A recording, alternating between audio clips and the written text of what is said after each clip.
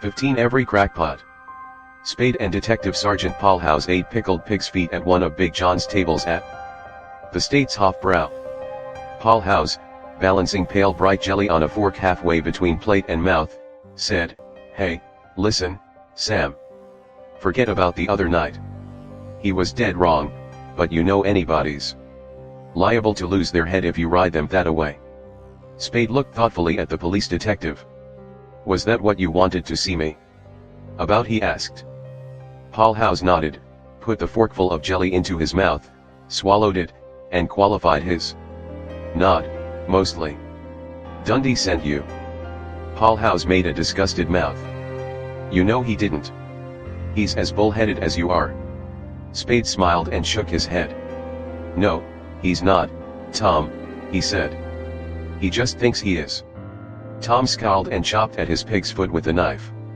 "Ain't you ever going to grow up?" he grumbled. "What be you got to beef about? He didn't hurt you. You came out on top. What's the sense of making a grudge of it? You're just making a lot of grief for yourself." Spade placed his knife and fork carefully together on his plate, and put his hands on the table beside his plate. His smile was faint and devoid of warmth. "With every bull in town working overtime trying to pile up grief for me, a little more won't hurt. I won't even know it's there." Paulhouse's ruddiness deepened. He said, "That's a swell thing to say to me." Spade picked up his knife and fork and began to eat. Paulhouse ate. Presently Spade asked, "See the boat on fire in the bay?" "I saw the smoke." "Be reasonable, Sam. Dundee was wrong and he knows it. Why don't you let it go at that? Think I ought to go around and tell him I hope my chin didn't hurt his fist?" Paulhouse cut savagely into his pig's foot. Spade said, "Phil Archer been in with any more hot tips?" "Ah, hell. Dundee didn't think you shot Miles, but what else could he do except run the lead down? You'd be done the same thing in his place, and you know it." "Yes." Malice glittered in Spade's eyes. "What made him think I didn't do it? What makes you think I didn't, or don't you?" Paulhouse's ruddy face flushed again. He said, "Thursby shot Miles." "You think he did?" "He did. That Webley was his, and the slug in Miles came out of it." "Sure?" Spade demanded. "Dead sure," the police detective replied. "We got hold of a kid, a bellhop at Thursby's hotel, that had seen it in his room just that morning. He noticed it particular because he'd never saw one just like it before." "I never saw one." "You say they don't make them anymore?"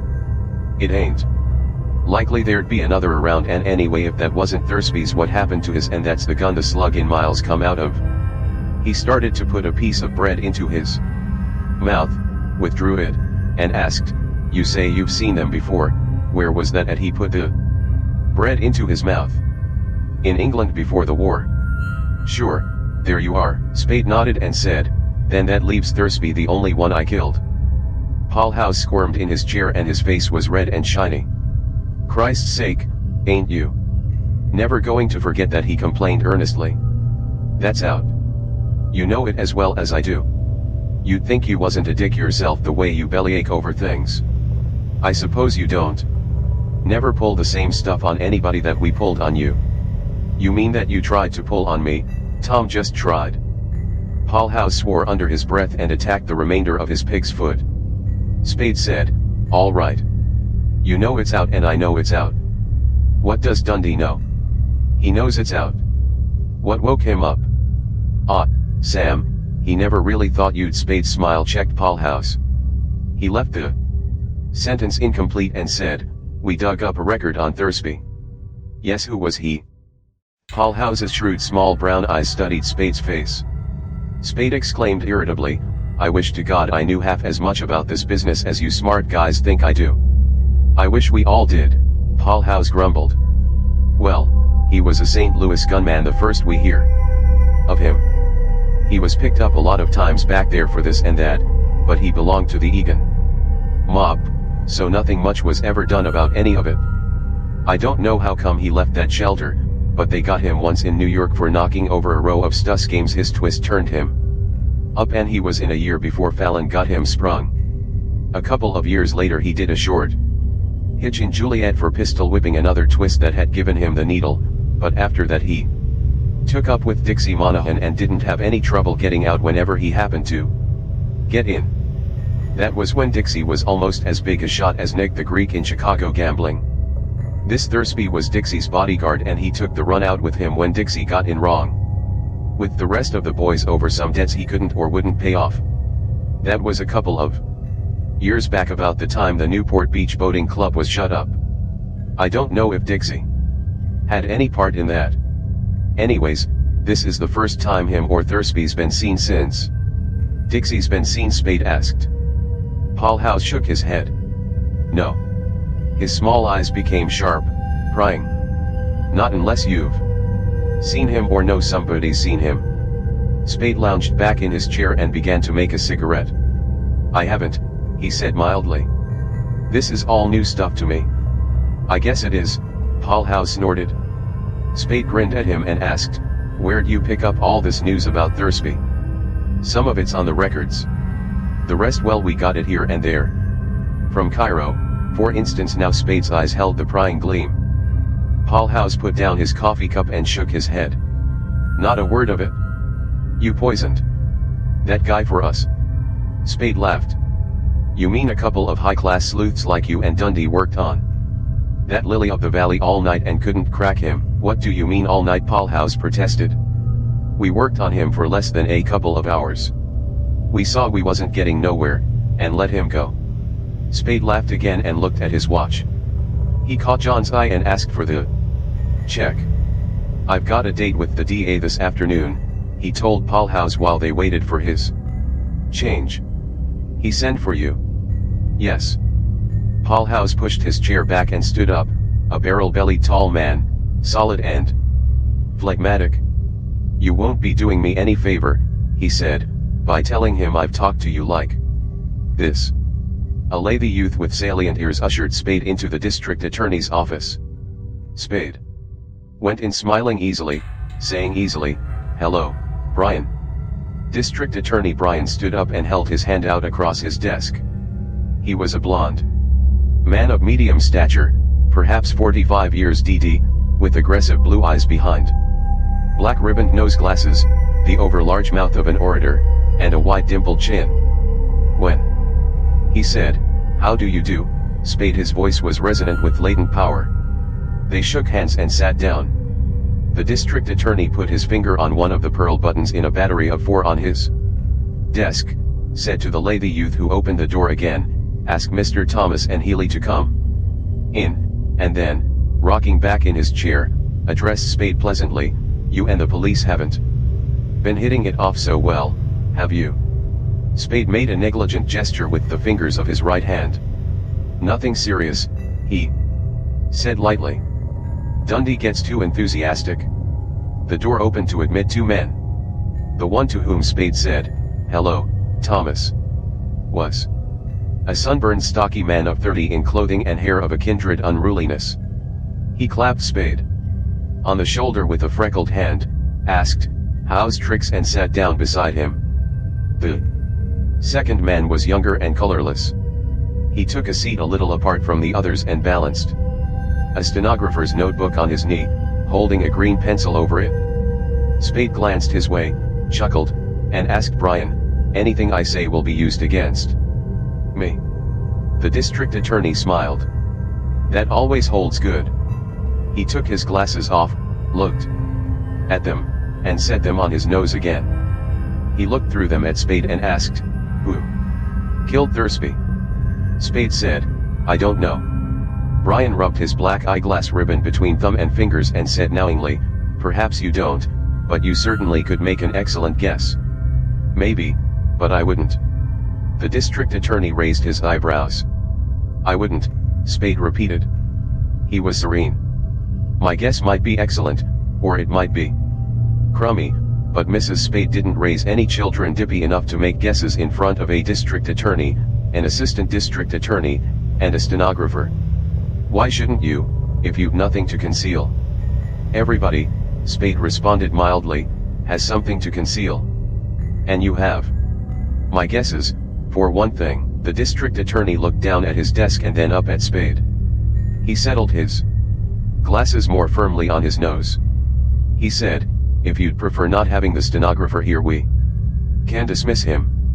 It was simply as a matter of convenience that I brought him in." "I don't mind him a damned hit," Spade replied. "I'm willing to have anything I say put down, and I'm willing to sign it." "We don't intend asking you to sign anything," Brian assured him. "I wish you wouldn't regard this as a formal inquiry at all. And please don't think I've any belief, much less confidence in those theories the police seem to have formed. No. Not a particle." Spade sighed and crossed his legs. "I'm glad of that." He felt in his pockets for tobacco and papers. "What's your theory?" Brian leaned forward in his chair and his eyes were hard and shiny as the lenses over them. "Tell me who Archer was shadowing Thursby for and I'll tell you who killed Thursby." Spade's laugh was brief and scornful. "You're as wrong as Dundee," he said. "Don't misunderstand me, Spade," Brian said, knocking on the desk with his knuckles. "I don't say your client killed Thursby or had him killed, but I do say that, knowing who your client is, or was, I'll mighty soon know who killed Thursby." Spade lighted his cigarette, removed it from his lips, emptied his lungs of smoke, and spoke as if puzzled. "I don't exactly get that." "You don't? Then suppose I put it this way, where is Dixie Monahan?" Spade's face retained its puzzled look. "Putting it that way doesn't help much," he said. "I still don't get it." The district attorney took his glasses off and shook them for emphasis. He said, "We know Thursby was Monahan's bodyguard and went with him when Monahan found it wise to vanish from Chicago. We know Monahan welched on something like $200,000 worth of bets when he vanished. We don't know not yet who his creditors were." He put the glasses on again and smiled grimly. "But we all know what's likely to happen to a gambler who welches, and to his bodyguard, when his creditors find him. It's happened before." Spade ran his tongue over his lips and pulled his lips back over his teeth in an ugly grin. His eyes glittered under pulled-down brows. His reddening neck bulged over the rim of his collar. His voice was low and hoarse and passionate. "Well, what do you think? Did I kill him for his creditors or just find him and let them do their own killing?" "No, no," the district attorney protested. "You misunderstand me." "I hope to Christ I do," Spade said. "He didn't mean that," Thomas said. "Then what did he mean?" Brian waved a hand. "I only mean that you might have been involved in it without knowing what it was. That could." "I see," Spade sneered. "You don't think I'm naughty. You just think I'm dumb." "Nonsense," Brian insisted. "Suppose someone came to you and engaged you to find Monahan, telling you they had reasons for thinking he was in the city. The someone might give you a completely false story any one of a dozen or more would do, or might say he was a debtor who had run away, without giving you any of the details. How could you tell what was behind it? How would you know it wasn't an ordinary piece of detective work? And under those circumstances you certainly couldn't be held responsible for your part in it." Unless his voice sank to a more impressive key and his words came out spaced and distinct. "You made yourself an accomplice by concealing your knowledge of the murderer's identity or information that would lead to his apprehension." Anger was leaving Spade's face. No anger remained in his voice when he asked, "That's what you meant?" "Precisely." "All right. Then there's no hard feelings." "But you're wrong." "Prove it." Spade shook his head. "I can't prove it to you now." "I can tell you." "Then tell me." "Nobody ever hired me to do anything about Dixie Monahan." Brian and Thomas exchanged glances. Brian's eyes came back to Spade and he said, "But, by your own admission, somebody did hire you to do something about his bodyguard." "Thursby?" "Yes, about his ex-bodyguard Thursby." "Ex?" "Yes, EX. You know that Thursby was no longer associated with Monahan, you know that?" "Positively." Spade stretched out his hand and dropped the stub of his cigarette into an ashtray on the desk. He spoke carelessly, "I don't know anything positively except that my client wasn't interested in Monahan, had never been interested in Monahan. I heard that Thursby took Monahan out to the Orient and lost him. Again the district attorney and his assistant exchanged glances. Thomas, in a tone whose matter-of-factness did not quite hide excitement, said, "That opens another angle. Monahan's friends could have knocked Thursby off for ditching Monahan." "Dead gamblers don't have any friends," Spade said. "It opens up two new lines," Brian said. He leaned back and stared at the ceiling for several seconds, then sat upright quickly. His orator's face was alight. "It narrows down to three things. Number 1, Thursby was killed by the gamblers Monahan had welched on in Chicago. Not knowing Thursby had sloughed Monahan or not believing it, they killed him because he had been Monahan's associate, or to get him out of the way so they could get to Monahan, or because he had refused to lead them to Monahan. Number 2, he was killed by friends of Monahan. Or number 3, he sold Monahan out to his enemies and then fell out with them and they killed him. Or number 4, Spade suggested with a cheerful smile, he died of old age. You folks aren't serious, are you?" The two men stared at Spade, but neither of them spoke. Spade turned his smile from one to the other of them and shook his head in mock pity. "You've got Arnold Rothstein on the brain," he said. Brian smacked the back of his left hand down into the palm of his right. "In one of those three categories lies the solution." The power in his voice was no longer latent. His right hand, a fist except for protruding forefinger, went up and then down to stop with a jerk when the finger was leveled at Spade's chest. "And you can give us the information that will enable us to determine the category?" Spade said, "Yes," very lazily. His face was somber. He touched his lower lip with a finger, looked at the finger, and then scratched the back of his neck with it. Little irritable lines had appeared in his forehead. He blew his breath out heavily through his nose and his voice was an ill-humored growl. "You wouldn't want the kind of information I could give you, Brian. You couldn't use it. It'd poop this gambler's revenge scenario for you." Brian sat up straight and squared his shoulders. His voice was stern without blustering. "You are not the judge of that. Right or wrong, I am nonetheless the district attorney." Spade's lifted lip showed his eye tooth. "I thought this was an informal talk." "I am a sworn officer of the law 24 hours a day," Brian said, "and neither formality nor informality justifies your withholding from me evidence of crime, except of course." He nodded meaningly, "on certain constitutional grounds." "You mean if it might incriminate me?" Spade asked. His voice was placid, almost amused, but his face was not. "Well, I've got better grounds than that, or grounds that suit me better. My clients are entitled to a decent amount of secrecy. Maybe I can be made to talk to a grand jury or even a coroner's jury, but I haven't been called before either yet, and it's a cinch. I'm not going to advertise my client's business until I have to. Then again, you and the police have both accused me of being mixed up in the other night's murders. I've had trouble with both of you before. As far as I can see, my best chance of clearing myself of the trouble you're trying to make for me is by bringing in the murderers all tied up. And my only chance of ever catching them and tying them up and bringing them in is by keeping away from you and the police, because neither of you show any signs of knowing what in hell it's all about." He rose and turned his head over his shoulder to address the stenographer. "Getting this all right, son, or am I going too fast for you?"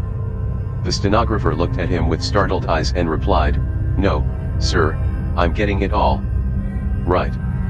"Good work," Spade said and turned to Brian again. "Now if you want to go to the board and tell them I'm obstructing justice and ask them to revoke my license, hop to it. You've tried it before and it didn't get you anything but a good laugh all around." He picked up his hat. Brian began, "But look here," Spade said, "and I don't want any more of these informal talks. I've got nothing to tell you or the police, and I'm goddamn tired of being called things by every crackpot on the city payroll. If you want to see me, pinch me, or subpoena me or something, and I'll come down with my lawyer." He put his hat on his head, said, "See you at the inquest, maybe," and stalked out. 16. The third murder. Spade went into the Hotel Sutter and telephoned the Alexandria. Gutman was not in. No member of Gutman's party was in. Spade telephoned the Belvedere. Cairo was not in, had not been in that day. Spade went to his office. A swart greasy man in notable clothes was waiting in the outer room. Effie Perrin, indicating the swart man, said, "This gentleman wishes to see you, Mr. Spade." Spade smiled and bowed and opened the inner door. "Come in." Before following the man in, Spade asked Effie Perrin, "Any news on that other matter?" "No, sir." The swart man was the proprietor of a moving picture theater in Market Street. He suspected one of his cashiers and a doorman of colluding to defraud him. Spade hurried him through the story, promised to take care of it, asked for and received $50, and got rid of him in less than half an hour. When the corridor door had closed behind the showman, Effie Perrin came into the inner office. Her sunburned face was worried and questioning. "You haven't found her yet?" she asked. He shook his head and went on stroking his bruised temple lightly in circles with his fingertips. "How is it?" she asked. "All right, but I've got plenty of headache." She went around behind him, put his hand down, and stroked his temple with her slender fingers. He leaned back until the back of his head over the chair top rested against her breast. He said, "You're an angel." She bent her head forward over his and looked down into his face. "You've got to find her, Sam. It's more than a day and she..." He stirred and impatiently interrupted her. "I haven't got to do anything, but if you'll let me rest this damned head a minute or two, I'll go out and find her." She murmured, "Poor head," and stroked it in silence a while. Then she asked, "You know where she is? Have you any idea?" The telephone bell rang. Spade picked up the telephone and said, "Hello." "Yes, Sid, it came out all right, thanks." "No. Sure." He got snotty, "But so did I. He's nursing a gambler's warpipe dream." "Well, we didn't kiss when we parted." I declared my weight and walked out on him. "That's something for you to worry about." "Right. Bye." He put the telephone down and leaned back in his chair again. Effie Perrin came from behind him and stood at his side. She demanded, "Do you think you know where she is, Sam?" "I know where she went," he replied in a grudging tone. "Where she was excited?" "Down to the boat you saw burning." Her eyes opened until their brown was surrounded by white. "You went down there?" It was not a question. "I did not," Spade said. "Sam," she cried angrily, "She went down there," he said in a surly voice. "She wasn't taken. She went down there. Instead of to your house when she learned the boat was in." "Well, what the hell am I supposed to run around after my clients begging them to let me help them?" "But, Sam, when I told you the boat was on fire, that was at noon and I had a date with Paul House and another with Brian." She glared at him between tightened lids. "Sam Spade," she said, "you're the most contemptible man God ever made when you want to be. Because she did something without confiding in you, you'd sit here and do nothing when you know she's in danger, when you know she might be." Spade's face flushed. He said stubbornly, "She's pretty capable of taking care of herself. And she knows where to come for help when she thinks she needs it, and when it suits her." "That's spite," the girl cried, "and that's all it is. You're sore because she did something on her own hook, without telling you. Why shouldn't she? You're not so damned honest, and you haven't been so much on the level with her, that she should trust you completely." Spade said, "That's enough of that." His tone brought a brief uneasy glint into her hot eyes, but she tossed her head and the glint vanished. Her mouth was drawn taut and small. She said, "If you don't go down there this very minute, Sam, I will, and I'll take the police down there."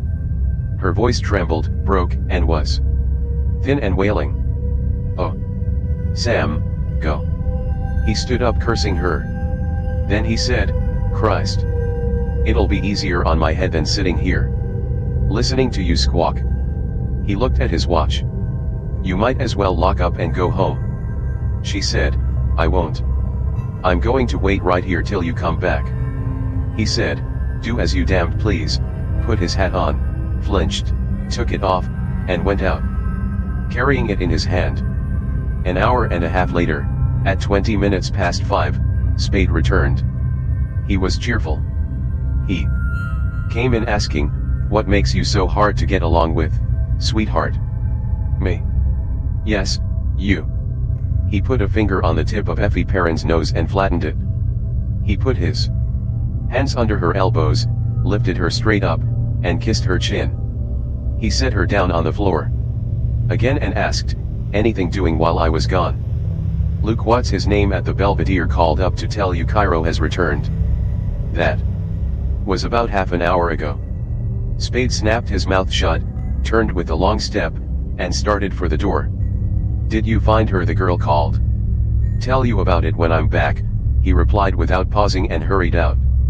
A taxicab brought Spade to the Belvedere within 10 minutes of his departure from his office. He found Luke in the lobby.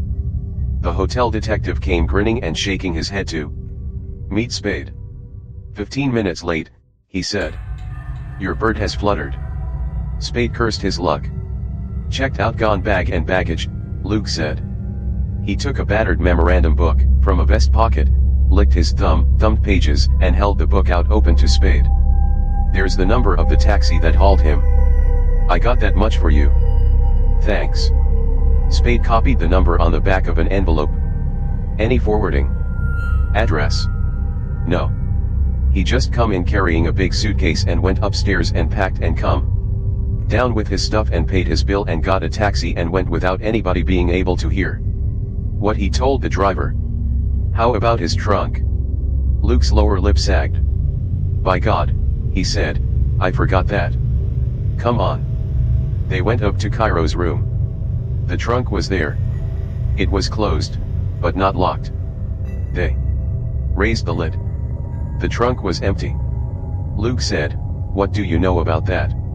Spade did not say anything. Spade went back to his office. Effie Perrin looked up at him, inquisitively. Missed him, Spade grumbled and passed into his private room. She followed him in. He sat in his chair and began to roll a cigarette. She sat on the desk in front of him and put her toes on a corner of his chair seat. What about Miss O'Shaughnessy? She demanded. I missed her too, he replied, but she had been there. On the La Paloma. The law is a lousy combination, he said. Stop it.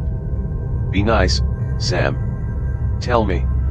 He set fire to his cigarette, pocketed his lighter, patted her shins, and said, yes, La Paloma. She got down there at a little after noon yesterday. He pulled his brows down. That means she went straight there after leaving the cab at the ferry building. It's only a few pairs away. The captain wasn't aboard. His name's Jacoby and she asked for him by name. He was uptown on business. That would mean he didn't expect her, or not at that time anyway. She waited there till he came back at 4 o'clock. They spent the time from then till mealtime in his cabin and she ate with him. He inhaled and exhaled smoke, turned his head aside to spit a yellow tobacco flake off his lip, and went on. After the meal, Captain Jacoby had 3 more visitors. One of them was Gutman and one was Cairo and one was the kid who delivered Gutman's message to you yesterday. Those 3 came together while Bridget was there and the 5 of them did a lot of talking in the captain's cabin. It's hard to get anything out of the crew, but they had a row and somewhere around 11 o'clock that night a gun went off there, in the captain's cabin. The watchman beat it down there, but the captain met him outside and told him everything was all right. There's a fresh bullet hole in one corner of the cabin, up high enough to make it likely that the bullet didn't go through anybody to get there. As far as I could learn there was only the one shot. But as far as I could learn wasn't very far. He scowled and inhaled smoke again. Well, they left around midnight, the captain and his 4 visitors all together, and all of them seemed to have been walking all right. I got that from The watchman, I haven't been able to get hold of the custom house men who were on duty there. Then. That's all of it? The captain hasn't been back since. He didn't keep a date he had this noon. With some shipping agents, and they haven't found him to tell him about the fire. And the fire, she asked. Spade shrugged. I don't know. It was discovered in the hold, aft in the rear basement late this morning. The chances are it got started sometime yesterday. They got it out. All right, though it did damage enough. Nobody liked to talk about it much while the captain's away. It's the corridor door opened. Spade shut his mouth. Effie Perrin jumped down from the desk, but a man opened the connecting door before she could reach it. Where's Spade? The man asked. His voice brought Spade up erect and alert in his chair. It was a voice harsh and rasping. With agony and with the strain of keeping two words from being smothered by the liquid bubbling that ran under and behind them. Effie Perrin, frightened, stepped out of the man's way. He stood in the doorway with his soft hat crushed between his head and the top of the door frame. He was nearly 7 feet tall. A black overcoat cut long and straight and like a sheath, buttoned from throat to knees, exaggerated his leanness. His shoulders stuck out, high, thin, angular. His bony face, weather coarsened, age-lined, was the color of wet sand and was wet with sweat on cheeks and chin. His eyes were dark and bloodshot and mad above lower lids that hung down to show pink inner membrane. Held tight against the left side of his chest by a black-sleeved arm that ended in a yellowish claw was a brown paper-wrapped parcel bound with thin rope, an ellipsoid somewhat larger than an American football. The tall man stood in the doorway and there was nothing to show that he saw Spade. He said, "You know," and then the liquid bubbling came up in his throat and submerged whatever else he said. He put his other hand over the hand that held the ellipsoid. Holding himself stiffly straight, not putting his hands out to break his fall, he fell forward as a tree falls. Spade, wooden-faced and nimble, sprang from his chair and caught the falling man.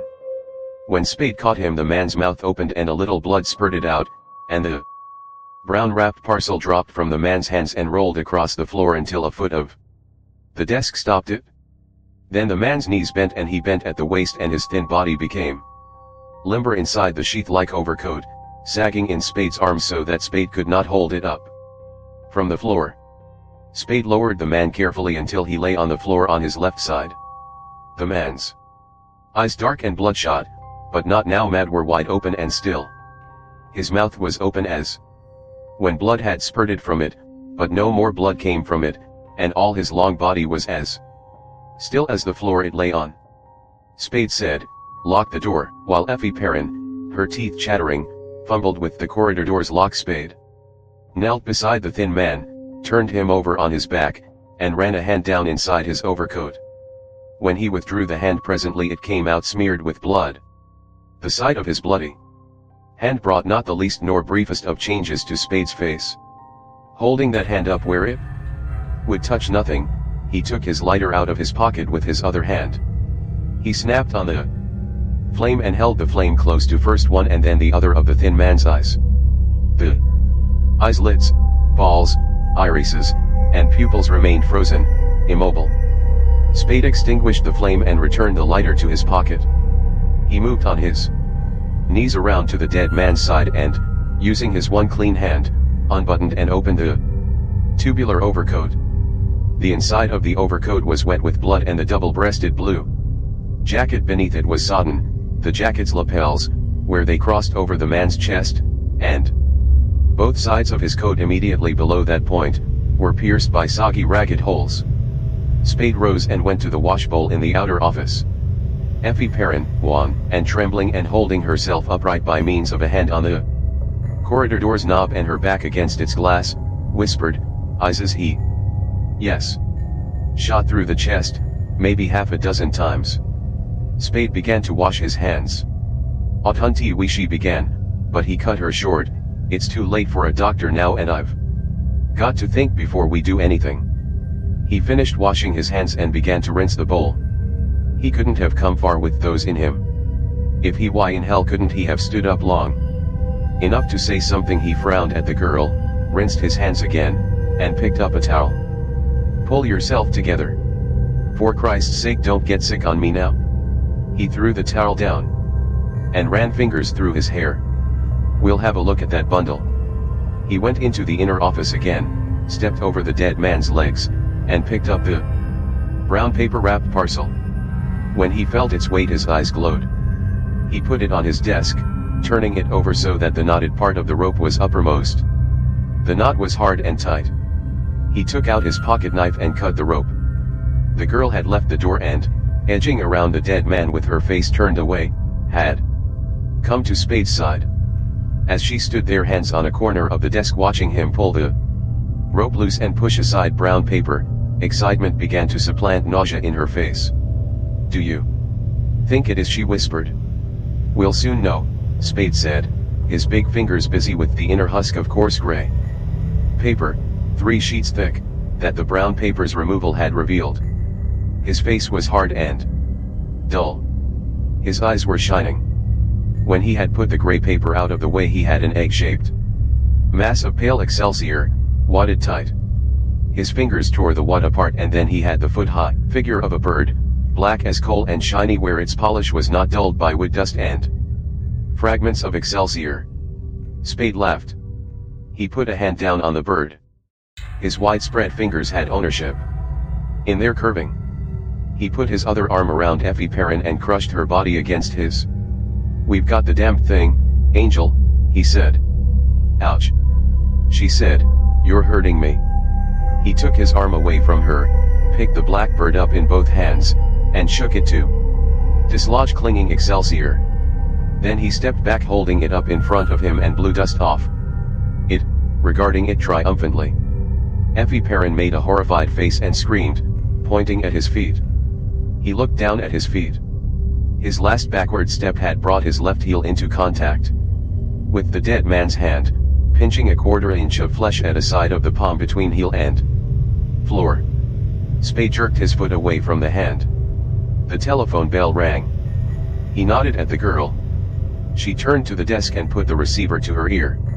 She said, "Hello." "Yes." "Who? Oh, yes." Her eyes became large. "Yes, yes. Hold the line." Filer mouth suddenly stretched wide and fearful. She cried, "Hello. Hello. Hello." She rattled the prong up and down and cried, "Hello." Twice. Then she sobbed and spun around to face Spade, who was close beside her by now. "It was Miss O'Shaughnessy," she said wildly. "She wants you. She's at the Alexandria in danger." Her voice was it was awful, dash and something happened to her before she could finish. "Go help her, Sam." Spade put the Falcon down on the desk and scowled gloomily. "I've got to take care of this fellow first," he said, pointing his thumb at the thin corpse on the floor. She beat his chest with her fists, crying, No, you've got to go to her. Don't you see, Sam, he had the thing that was hers and he came to you with it. Don't you see he was helping her and they killed him, and now she's you've got to go." "All right." Spade pushed her away and bent over his desk, putting the blackbird back into its nest of excelsior, bending the paper around it, working rapidly, making a larger and clumsy package. "As soon as I've gone, phone the police. Tell them how it happened, but don't drag any names in. You don't know. I got the phone call and I told you I had to go out, but I didn't say where." He cursed the rope for being tangled, yanked it into straightness, and began to bind the package. "Forget this thing. Tell it as it happened, but forget he had a bundle." He chewed his lower lip. "Unless they pin you down. If they seem to know about it, you'll have to admit it. But that's not likely. If they do, then I took the bundle away with me, unopened." He finished tying the knot and straightened up with the parcel under his left arm. "Get it straight, now. Everything happened the way it did happen, but without this dingus, unless they already know about it. Don't deny it, just don't mention it. And I got the phone call, not you, and you don't know anything about anybody else having any connection with this fellow. You don't know. Anything about him and you can't talk about my business until you see me. Got it? Yes, Sam. Who do you know who he is? He grinned wolfishly. He said, but I'd guess he was Captain Jacoby, master of La Paloma. He picked up his hat and put it on. He looked thoughtfully at the dead man and then around the room. Hurry, Sam, the girl begged. Sure, he said absent-mindedly, I'll hurry. Might not hurt to get those few scraps of Excelsior off the floor before the police come. And maybe you ought to try to get hold of Sid. No. He rubbed his chin. We'll leave him out of it a while. It'll look better. I'd keep the door locked till they come. He took his hand from his chin and rubbed her cheek. You're a damned good man, sister, he said and went out. 17 Saturday night. Carrying the parcel lightly under his arm, walking briskly, with only the ceaseless shifting of his eyes to denote wariness, Spade went, partly by way of an alley and a narrow court, from his office building to Kearny and Post Streets, where he hailed a passing taxicab. The taxicab carried him to the Pickwick stage terminal in 5th Street. He checked the bird at the parcel room there, put the check into a stamped envelope, wrote M.F. Holland and a San Francisco post office box number on the envelope, sealed it, and dropped it into a mailbox. From the stage terminal another taxicab carried him to the Alexandria Hotel. Spade went up to Suite I2C and knocked on the door. The door was opened, when he had knocked a second time, by a small fair-haired girl in a shimmering yellow dressing gown, a small girl whose face was white and dim and who clung desperately to the inner doorknob with both hands and gasped, Mr. Spade. Spade said, yes, and caught her as she swayed. Her body arched back over his arm and her head dropped straight back so that her short, fair hair hung down her scalp and her slender throat was a firm curve from chin to chest. Spade slid his supporting arm higher up her back and bent to get his other arm under her knees, but she stirred then, resisting, and between parted lips that barely moved blurred words came, no. Mommy W.A. Spade made her walk. He kicked the door shut and he walked her up and down the green carpeted room from wall to wall. One of his arms around her small body, that hand under her armpit, his other hand gripping her other arm, held her erect when she stumbled, checked her swaying, kept urging her forward, but made her tottering legs bear all her weight they could bear. They walked across and across the floor, the girl falteringly, with incoordinate steps, Spade surely on the balls of his feet with balance unaffected by her staggering. Her face was chalk white and eyeless, his sullen, with eyes hardened to watch everywhere at once. He talked to her monotonously, that's the stuff. Left, right, that's the stuff. 1, 2, 3, 4, 1, 2, 3, now we turn. He shook her as they turned from the wall. Now back again. 1, 2, 3, 4. Hold your head up. That's the stuff. Good girl. Left, right. Now we turn again. He shook her again. That's the girl. Walk. 1, 2, 3, 4. Now we go around. He shook her, more roughly, and increased their pace. That's the trick. Left, right. We're in a hurry. 1, 2, 3. She shuddered and swallowed audibly. Spade began to chafe her arm and side and he put his mouth nearer her ear. That's fine. You're doing fine. 1, 2, 3, 4. Faster. That's it. Step. Pick them up and lay them down. That's the stuff. Now we turn. Left, right. What did they do? Dope you the same stuff they gave me. Her eyelids twitched up then for an instant over dulled golden brown eyes and she managed to say all of yes except the final consonant. They walked the floor, the girl almost trotting now to keep up with Spade slapping and kneading her flesh through yellow silk with both hands, talking while his eyes Remained hard and aloof and watchful.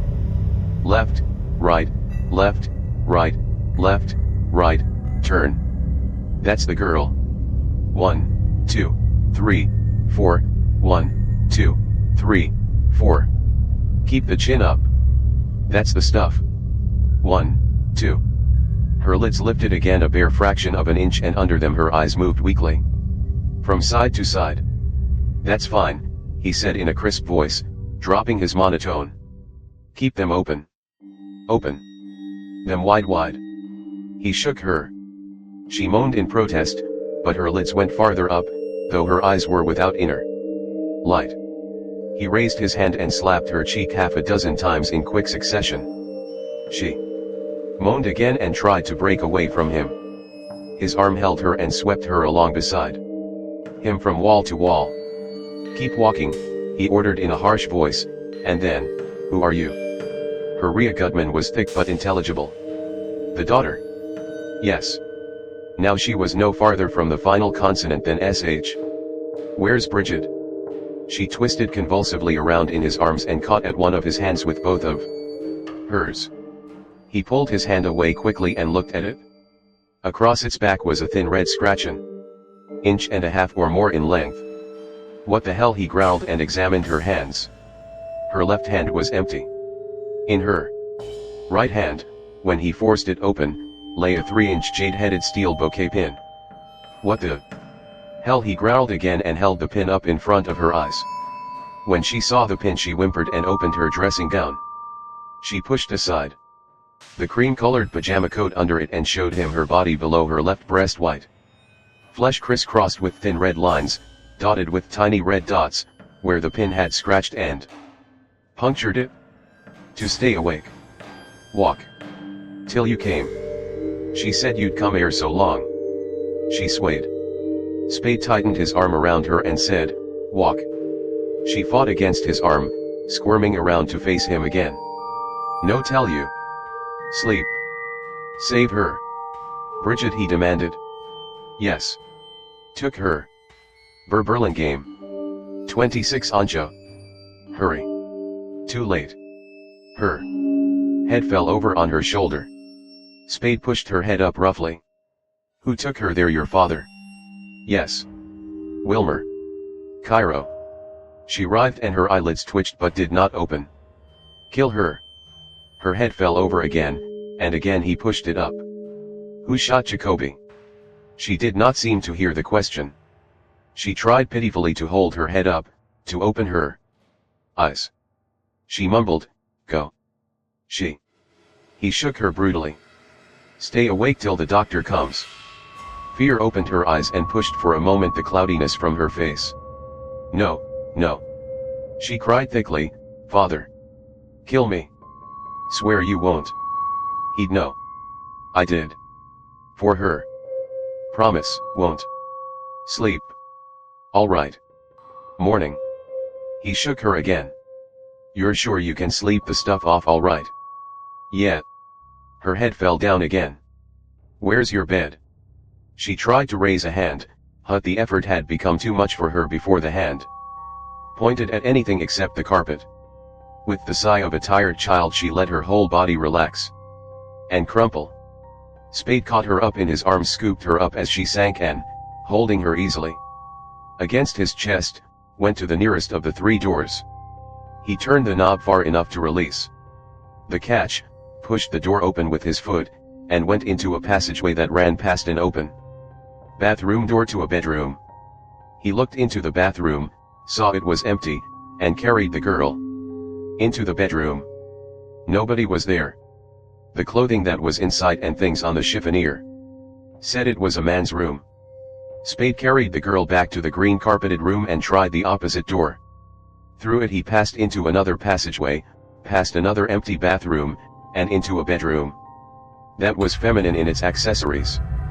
He turned back the bedclothes and laid the girl on the bed, removed her slippers, raised her a little to slide the yellow dressing gown off, fixed a pillow under her head, and put the covers up over her. Then he opened the room's 2 windows and stood with his back to them, staring at the sleeping girl. Her breathing was heavy but not troubled. He frowned and looked around, working. His lips together. Twilight was dimming the room. He stood there in the weakening light for perhaps 5 minutes. Finally he shook his thick sloping shoulders impatiently and went out, leaving the suite's outer door unlocked.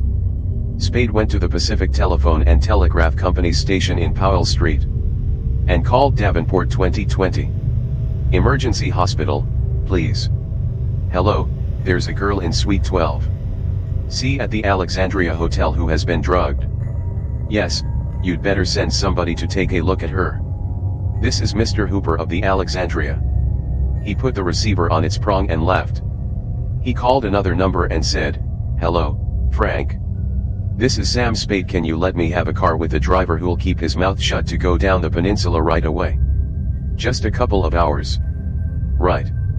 Have him pick me up at John's, Ellis Street, as soon as he can make it." He called another number. His office held the receiver to his ear for a little while, without saying anything, and replaced it on its hook.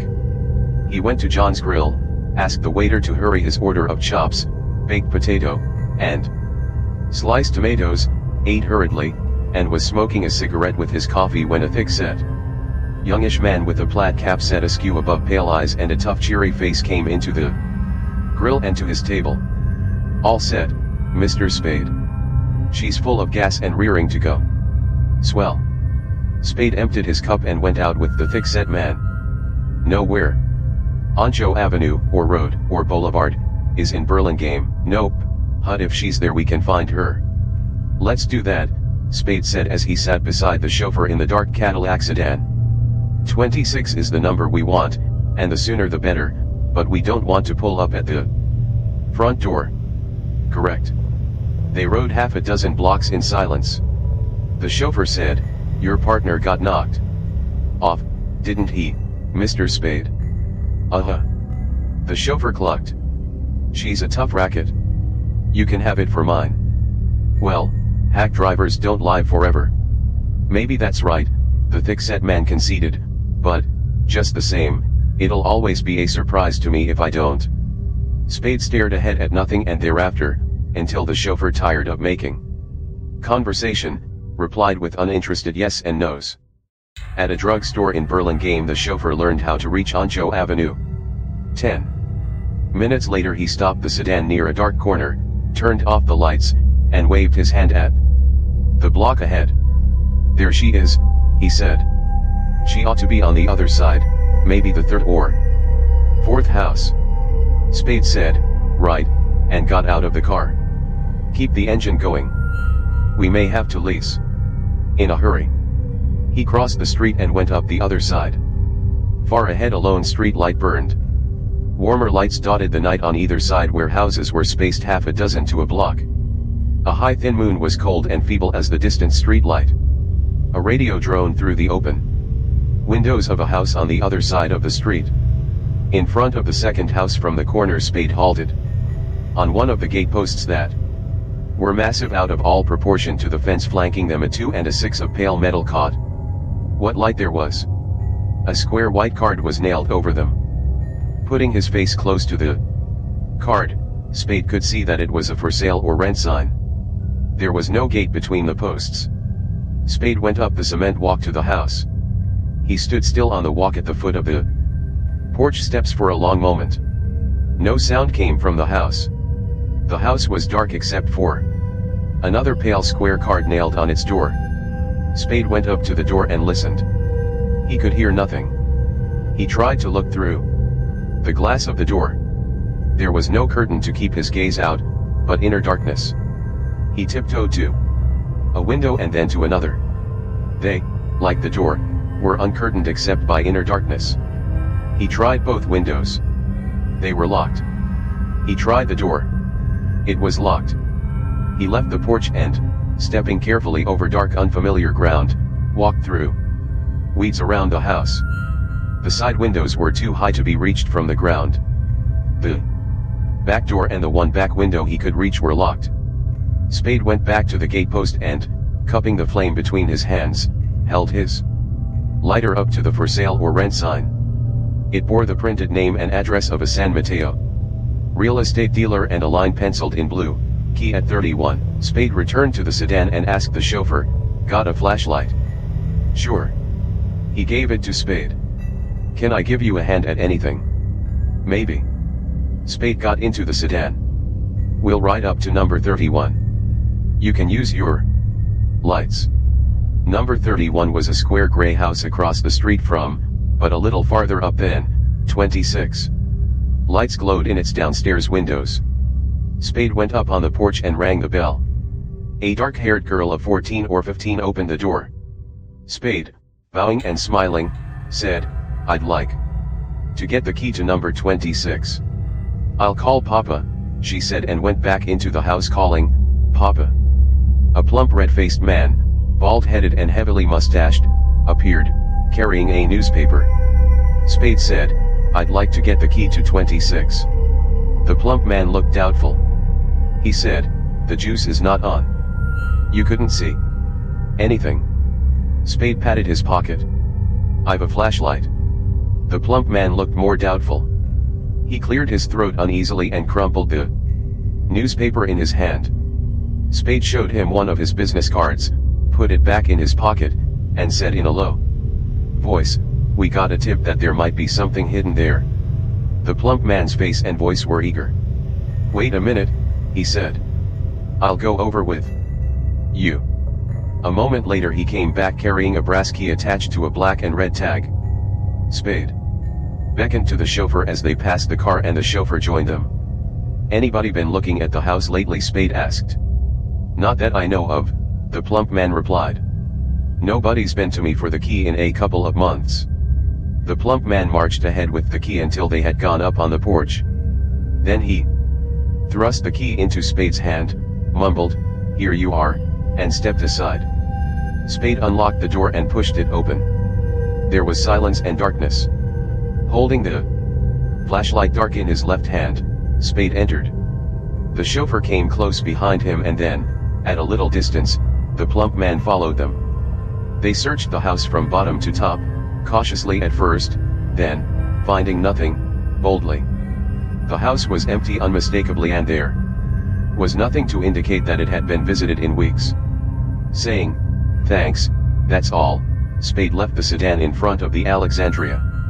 He went into the hotel, to the desk, where a tall young man with a dark grave face said, "Good evening, Mr. Spade." "Good evening." Spade drew the young man to one end of the desk. "These gutmen's up in 12C, are they in?" The young man replied, "No," darting a quick glance at Spade. Then he looked away, hesitated, looked at Spade again, and murmured, "A funny thing happened in connection with them this evening, Mr. Spade.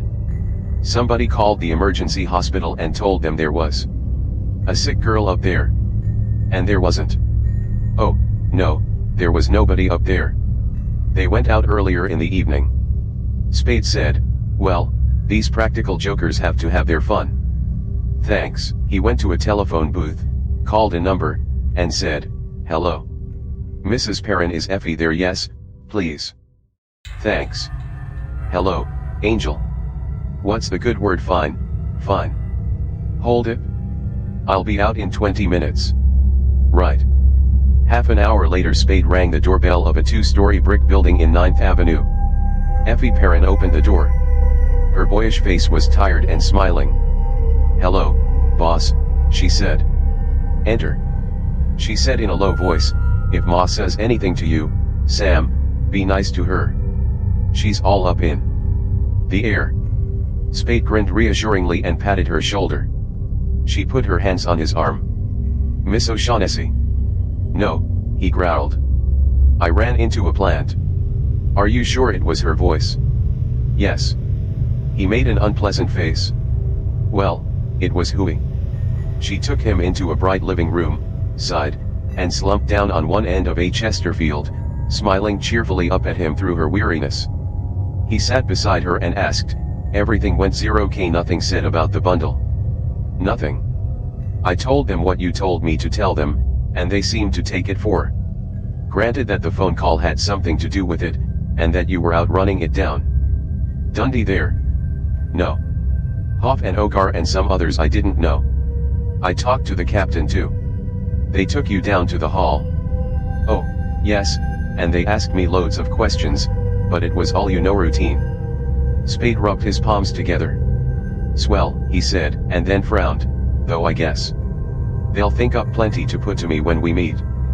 That damn Dundee will, anyway, and Brian. He moved his shoulders. Anybody you know, outside of the police, come around? Yes. She sat up straight. That boy, the one who brought the message from Gutman, was there. He didn't come in, but the police left the corridor door open while they were there, and I saw him standing there. You didn't say anything? Oh, no. You had said not to. So I didn't pay any attention to him, and the next time I looked he was gone. Spade grinned at her. Damned lucky for you, sister, that the coppers got there first. Why? He's a bad egg, that lad Poison. Was the dead man Jacoby? Yes. He pressed her hands and stood up.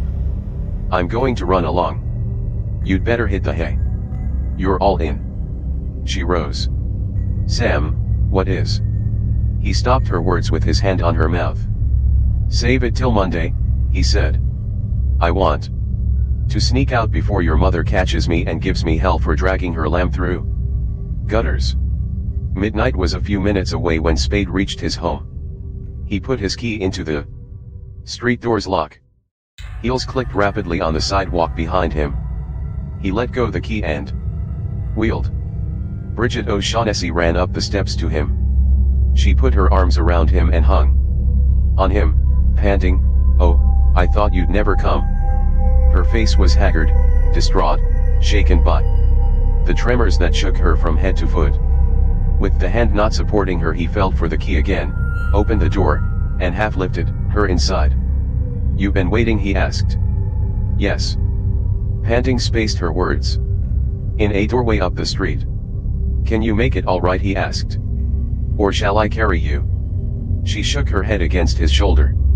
"I'll be all right when I get where I can sit down." They rode up to Spade's floor in the elevator and went around to his apartment. She left his arm and stood beside him, panting, both hands to her breast while he unlocked his door. He switched on the passageway light. They went in. He shut the door and, with his arm around her again, took her back towards the living room. When they were within a step of the living room door, the light in the living room went on. The girl cried out and clung to Spade. Just inside the living room door, Fat Gutman stood smiling benevolently at them. The boy, Wilmer, came out of the kitchen behind them. Black pistols were gigantic in his small hands. Cairo came from the bathroom. He too had a pistol. Gutman said, "Well, sir, we're all here, as you can see for yourself. Now let's come in and sit down and be comfortable and talk." 18 The Fall Guy. Spade, with his arms around Bridget O'Shaughnessy, smiled meagerly over her head and said, "Sure, we'll talk." Gutman's bulbs jounced as he took 3 waddling backward steps away from the door. Spade and the girl went in together. The boy and Cairo followed them in. Cairo stopped in the doorway. The boy put away one of his pistols and came up close behind Spade. Spade turned his head far around to look down over his shoulder at the boy and said, "Get away. You're not going to frisk me." The boy said, "Stand still." "Shut up." Spade's nostrils went in and out with his breathing. His voice was level. "Get away. Put your paw on me and I'm going to make you use the gun. Ask your boss if he wants me shot up before we talk." "Never mind, Wilmer," the fat man said. He frowned indulgently at Spade. "You are certainly a most headstrong individual. Well, let's be seated." Spade said, "I told you I didn't like that punk," and took Bridget O'Shaughnessy to the sofa by the windows. They sat close together, her head against his left shoulder, his left arm around her shoulders. She had stopped trembling, had stopped panting. The appearance of Gutman and his companion seemed to have robbed her of that freedom of personal movement and emotion that is animal, leaving her alive, conscious, but quiescent as a plant. Gutman lowered himself into the padded rocking chair. Cairo chose the armchair by the table. The boy Wilmer did not sit down. He stood in the doorway where Cairo had stood, letting his one visible pistol hang down at his side, looking under curling lashes at Spade's body. Cairo put his pistol on the table beside him. Spade took off his hat and tossed it to the other end of the sofa. He grinned at Gutman. The looseness of his lower lip and the droop of his upper eyelids combined with the V's in his face to make his grin lewd as a satyr's. "That daughter of yours has a nice belly," he said, "too nice to be scratched up with pins." Gutman's smile was affable if a bit oily. The boy in the doorway took a short step forward, raising his pistol as far as his hip. Everybody in the room looked at him. In the dissimilar eyes with which Bridget O'Shaughnessy and Joel Cairo looked at him there was, oddly, something identically reproving. The boy blushed, drew back his advanced foot, straightened his legs, lowered the pistol and stood as he had stood before, looking under lashes that hid his eyes at Spade's chest. The blush was pale enough and lasted for only an instant, but it was startling on his face that habitually was so cold and composed. Gutman turned his sleek-eyed fat smile on Spade again. His voice was a suave purring. "Yes, sir, that was a shame, but you must admit that it served its purpose." Spade's brows twitched together. "Anything would have," he said. "Naturally I wanted to see you as soon as I had the Falcon. Cash customers, why not? I went to Burlingame expecting to run into this sort of a meeting. I didn't know you were blundering around, half an hour late, trying to get me out of the way so you could find Jacoby again before he found me." Gutman chuckled. His chuckle seemed to hold nothing but satisfaction. "Well, sir," he said, "in any case, here we are having our little meeting, if that's what you wanted." "That's what I wanted. How soon are you ready to make the first payment and take the Falcon off my hands?"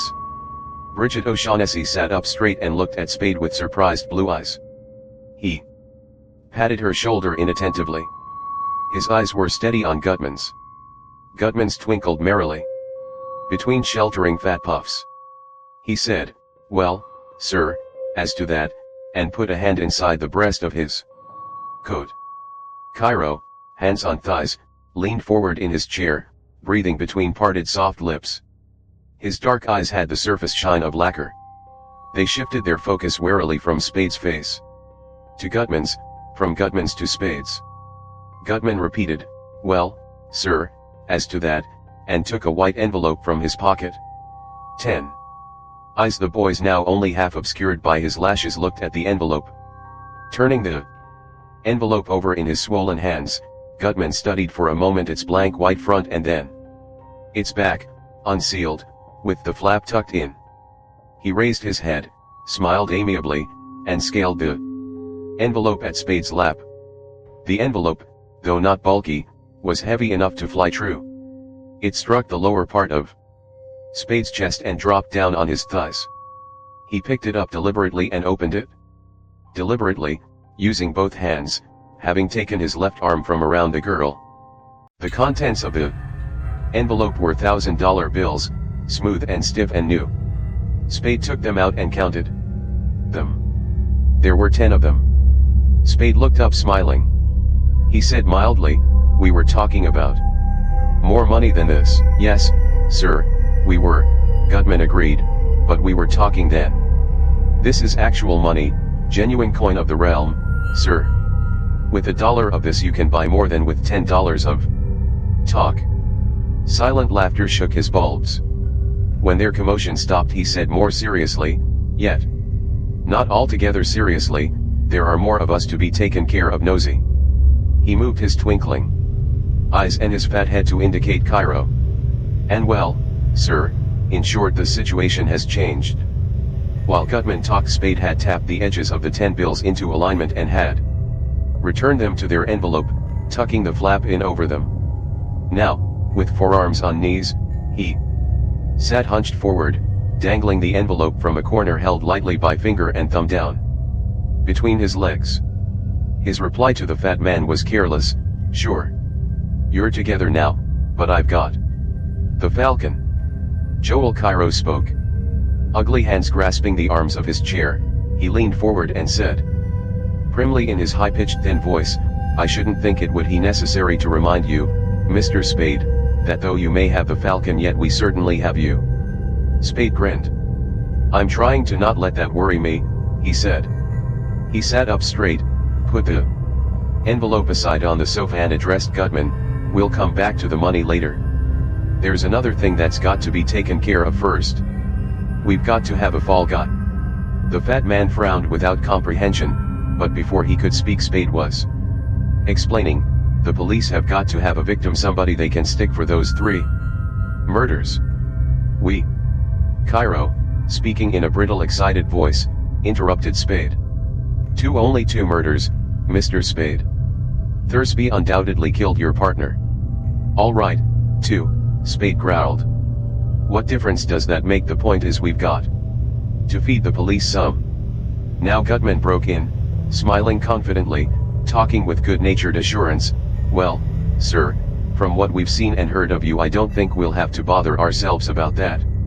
We can leave the handling of the police to you, all right. You won't need any of our inexpert help. If that's what you think, Spade said, you haven't seen or heard enough. Nosy come, Mr. Spade. You can't expect us to believe at this late date that you are the least bit afraid of the police, or that you are not quite able to handle. Spade snorted with throat and nose. He bent forward, resting forearms on knees again, and interrupted Gutman irritably, I'm not a damned bit afraid of them and I know how to handle them. That's what I'm trying to tell you. The way to handle them is to toss them a victim, somebody they can hang the works on. Well, sir, I grant you that's one way of doing it, but hell. Spade said. It's the only way. His eyes were hot and earnest under a reddening forehead. The bruise on his temple was liver-colored. I know what I'm talking about, I've been through it all before and expect to go through it again. At one time or another I've had to tell everybody from the Supreme Court down to go to hell, and I've got away with it. I got away with it because I never let myself forget that a day of reckoning was coming. I never forget that when the day of reckoning comes I want to be all set to march into headquarters pushing a victim in front of me, saying, here, you chumps, is your criminal. As long as I can do that I can put my thumb to my nose and wriggle my fingers at all the laws in the book. The first time I can't do it, my name's mud. There hasn't been a first time yet. This isn't going to be it. That's flat. Gutman's eyes flickered and their sleekness became dubious, but he held his other features in their bulbous pink smiling complacent cast and there was nothing of uneasiness in his voice. He said, that's a system that's got a lot to recommend it, sir, by gad, it has. And if it was anyway practical this time I'd be the first to say, stick to it by all means, sir. But this just happens to be a case where it's not possible. That's the way it is with the best of systems. There comes a time when you've got to make exceptions, and a wise man just goes ahead and makes them. Well, sir, that's just the way it is in this case, and I don't mind telling you that I think you're being very well paid for making an exception. Now maybe it will be a little more trouble to you than if you had your victim to hand over to the police, but he laughed and spread his hands. You're not a man that's afraid of a little bit of trouble. You know how to do things and you know you'll land on your feet in the end, no matter what happens. He pursed his lips and partly closed one eye. You'll manage that, sir. Spade's eyes had lost their warmth. His face was dull and lumpy. I know what I'm talking about, he said in a how, consciously patient, tone. This is my city and my game. I could manage to land on my feet sure this time, but the next time I tried to put over a fast one they'd stop me so fast I'd swallow my teeth. Hell with that. You birds'll be in New York or Constantinople or someplace else. I'm in business here. But surely, Gutman began, you can. I can't, Spade said earnestly. I won't. I mean it. He sat up straight. A pleasant smile illuminated his face, erasing its dull lumpishness. He spoke rapidly in an agreeable, persuasive tone. Listen to me, Gutman. I'm telling you what's best for all of us. If we don't give the police a fall guy, it's 10 to 1 they'll sooner or later stumble on information about the Falcon. Then you'll have to duck for cover with it no matter where you are, and that's not going to help you make a fortune off it. Give them a fall guy and they'll stop right there. Well, sir, that's just the point, Gutman replied, and still only in his eyes was uneasiness, faintly apparent.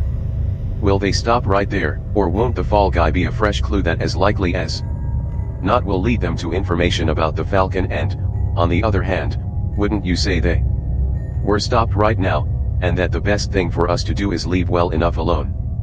A forked vein began to swell in Spade's forehead. Jesus. You don't know what it's all about either, he said in a restrained tone.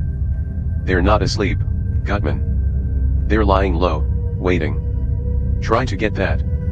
I'm in it up to my neck and they know it. That's alright as long as I do something when the time comes. But it won't be alright if I don't. His voice became persuasive again.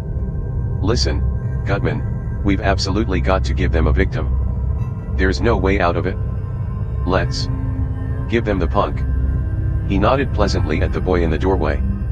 He actually did shoot both of them, Thursby and Jacoby, didn't he? Anyway, he's made to order for the part.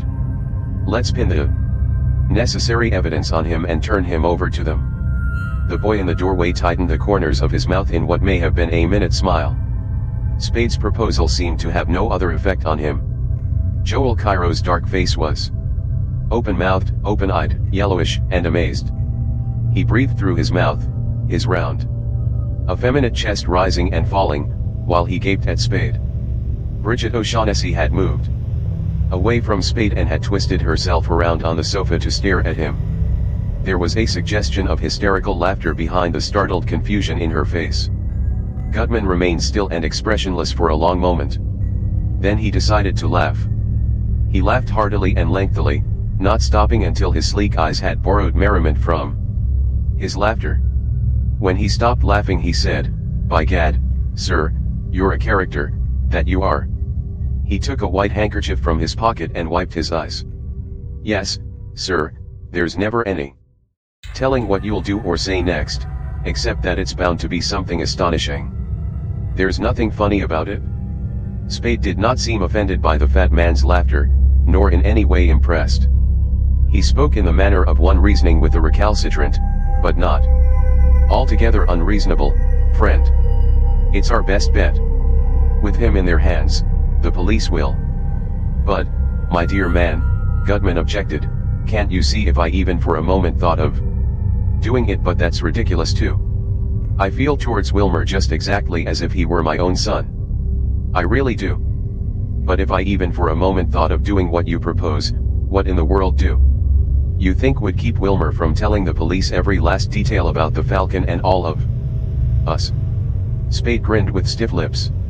"If we had to," he said softly, "we could have him killed, resisting arrest. But we won't have to go that far. Let him talk his head off. I promise you. Nobody'll do anything about it. That's easy enough to fix." The pink flesh on Gutman's forehead crawled in a frown.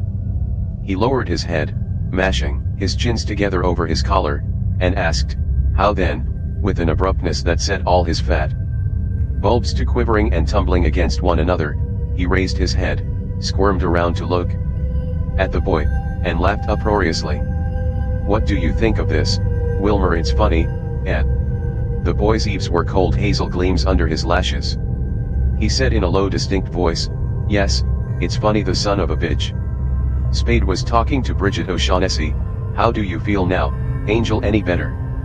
"Yes, much better," only she reduced her voice until the last words would have been unintelligible 2 feet away. "I'm frightened." "Don't be," he said carelessly and put a hand on her gray-stockinged knee. "Nothing very bad's going to happen. Want a drink?" "Not now, thanks." Her voice sank again. "Be careful, Sam." Spade grinned and looked at Gutman, who was looking at him. The fat man smiled genially, saying nothing for a moment, and then asked, How? Spade was stupid. How what? The fat man considered more laughter necessary then, and an explanation. Well, sir, if you're really serious about this, the suggestion of yours, the least we can do in common politeness is to hear you out. Now how are you going about fixing it so that Wilmer, he paused, here to laugh again, won't be able to do us any harm? Spade shook his head. No, he said, I wouldn't want to take advantage of anybody's politeness, no matter how common, hike that. Forget it. The fat man puckered up his facial bulbs. Now come, he protested, you make me decidedly uncomfortable. I shouldn't have laughed, and I apologize most humbly and sincerely. I wouldn't want to seem to ridicule anything you'd suggest, Mr. Spade, regardless of how much I disagreed with you, for you must know that I have the greatest respect and admiration for your astuteness. Now mind you, I don't see how this suggestion of yours can be in any way practical, even leaving out the fact that I couldn't feel any different towards Wilmer if he was my own flesh and blood, but I'll consider it a personal favor as well as a sign that you've accepted my apologies, sir, if you'll go ahead and outline the rest of it. Fair enough, Spade said. Brian is like most district attorneys. He's more interested in how his record will look on paper than in anything else. He'd rather drop a doubtful case than try it and have it go against him. I don't know that he ever deliberately framed anybody he believed innocent, but I can't imagine him letting himself believe them innocent if he could scrape up, or twist into shape, proof of their guilt. To be sure of convicting one man, he'll let half a dozen equally guilty accomplices go free if trying to convict them all might confuse his case. That's the choice we'll give him, and he'll gobble it up. He wouldn't want to know about the Falcon. He'll be tickled pink to persuade himself that anything the punk tells him about it is a lot of chewing gum, an attempt to muddle things up. Leave that end to me. I can show him that if he starts fooling around trying to gather up everybody, he's going to have a tangled case that no jury will be able to make heads or tails of, while if he sticks to the punk he can get a conviction. Standing on his head, Gutman wagged his head sidewise in a slow smiling gesture of benign disapproval. No, sir, he said, I'm afraid that won't do at all. I don't see how even this district attorney of yours can link Thursby and Jacoby and Wilmer together without having to. You don't know district attorneys, Spade told him. The Thursby angle is easy. He was a gunman and so's your punk. Brian's already got a theory about that. There'll be no catch there. Well, Christ. They can only hang the punk once. Why try him for Jacoby's murder after he's been convicted of Thursby's? They simply close the record by writing it up against him and let it go at that. If, as is likely enough, he used the same gun on both, the bullets will match up. Everybody will be satisfied.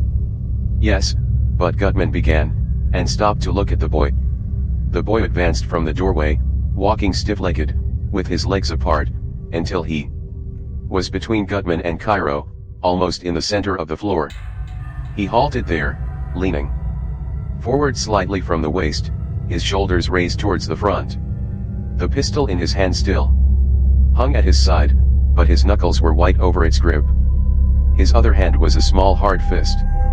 Down at his other side, the indelible youngness of his face gave an indescribably vicious and inhuman turn to the white-hot hatred and the cold white malevolence in his face. He said to Spade in a voice cramped by passion, "You bastard, get up on your feet and go for your heater." Spade smiled at the boy. His smile was not broad, but the amusement in it seemed genuine and unalloyed. The boy said, "You bastard, get up and shoot it out if you've got the guts. I've taken all the riding from you I'm going to take." The amusement in Spade's smile deepened. He looked at Gutman and said, "Young Wild West." His voice matched his smile. "Maybe you ought to tell him that shooting me before you get your hands on the Falcon would be bad for business." Gutman's attempt at a smile was not successful, but he kept the resultant grimace on his mottled face. He licked dry lips with a dry tongue. His voice was too hoarse and gritty for the paternally admonishing tone it tried to achieve. Now, Wilmer, he said, we can't have any of that. You shouldn't let yourself attach so much importance to these things. You. The boy, not taking his eyes from Spade, spoke in a choked voice out the side of his mouth. Make him lay off me then. I'm going to fog him if he keeps it up, and there won't be anything that'll stop me from doing it. Now, Wilmer, Gutman said and turned to Spade. His face and voice were under control. Now, your plan is, sir, as I said in the first place, not at all practical. Let's not say anything more about it. Spade looked from one of them to the other. He had stopped smiling. His face held no expression at all. I say what I please, he told them. You certainly do, Gutman said quickly, and that's one of the things I've always admired in you. But this matter is, as I say, not at all practical, so there's not the least bit of use of discussing it any further, as you can see for yourself. I can't see it for myself, Spade said, and you haven't made me see it, and I don't think you can. He frowned at Gutman. Let's get this straight. Am I wasting time talking to you? I thought this was your show. Should I do my talking to the punk? I know how to do that. No, sir, Gutman replied, you're quite right in dealing with me. Spade said, all right. Now I've got another suggestion. It's not as good as the first, but it's better than nothing. Want to hear it? Most assuredly. Give them Cairo. Cairo hastily picked up his pistol from the table beside him. He held it tight in his lap. With both hands, its muzzle pointed at the floor a little to one side of the sofa. His face had become yellowish again. His black eyes darted their gaze from face to face. The opaqueness of his eyes made them seem flat, two-dimensional. Gutman, looking as if he could not believe he had heard what he had heard, asked, do what? Give the police Cairo. Gutman seemed about to laugh, but he did not laugh. Finally he exclaimed, well, by gad, sir. In an uncertain tone. It's not as good as giving them the punk, Spade said. Cairo's not a gunman and he carries a smaller gun than Thursby and Jacoby were shot with. We'll have to go to more trouble framing him, but that's better than not giving the police anybody. Cairo cried in a voice shrill with indignation, suppose we give them you, Mr. Spade, or Miss O'Shaughnessy. How about that if you're so set on giving them somebody? Spade smiled at the Levantine and answered him evenly, you people want the Falcon. I've got it. A fall guy is part of the price I'm asking.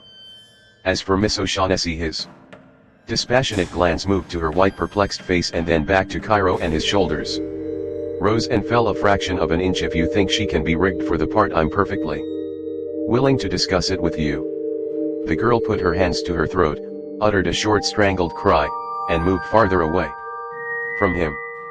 Cairo, his face and body twitching with excitement, exclaimed, you seem to forget that you are not in a position to insist on anything. Spade laughed, a harsh derisive snort.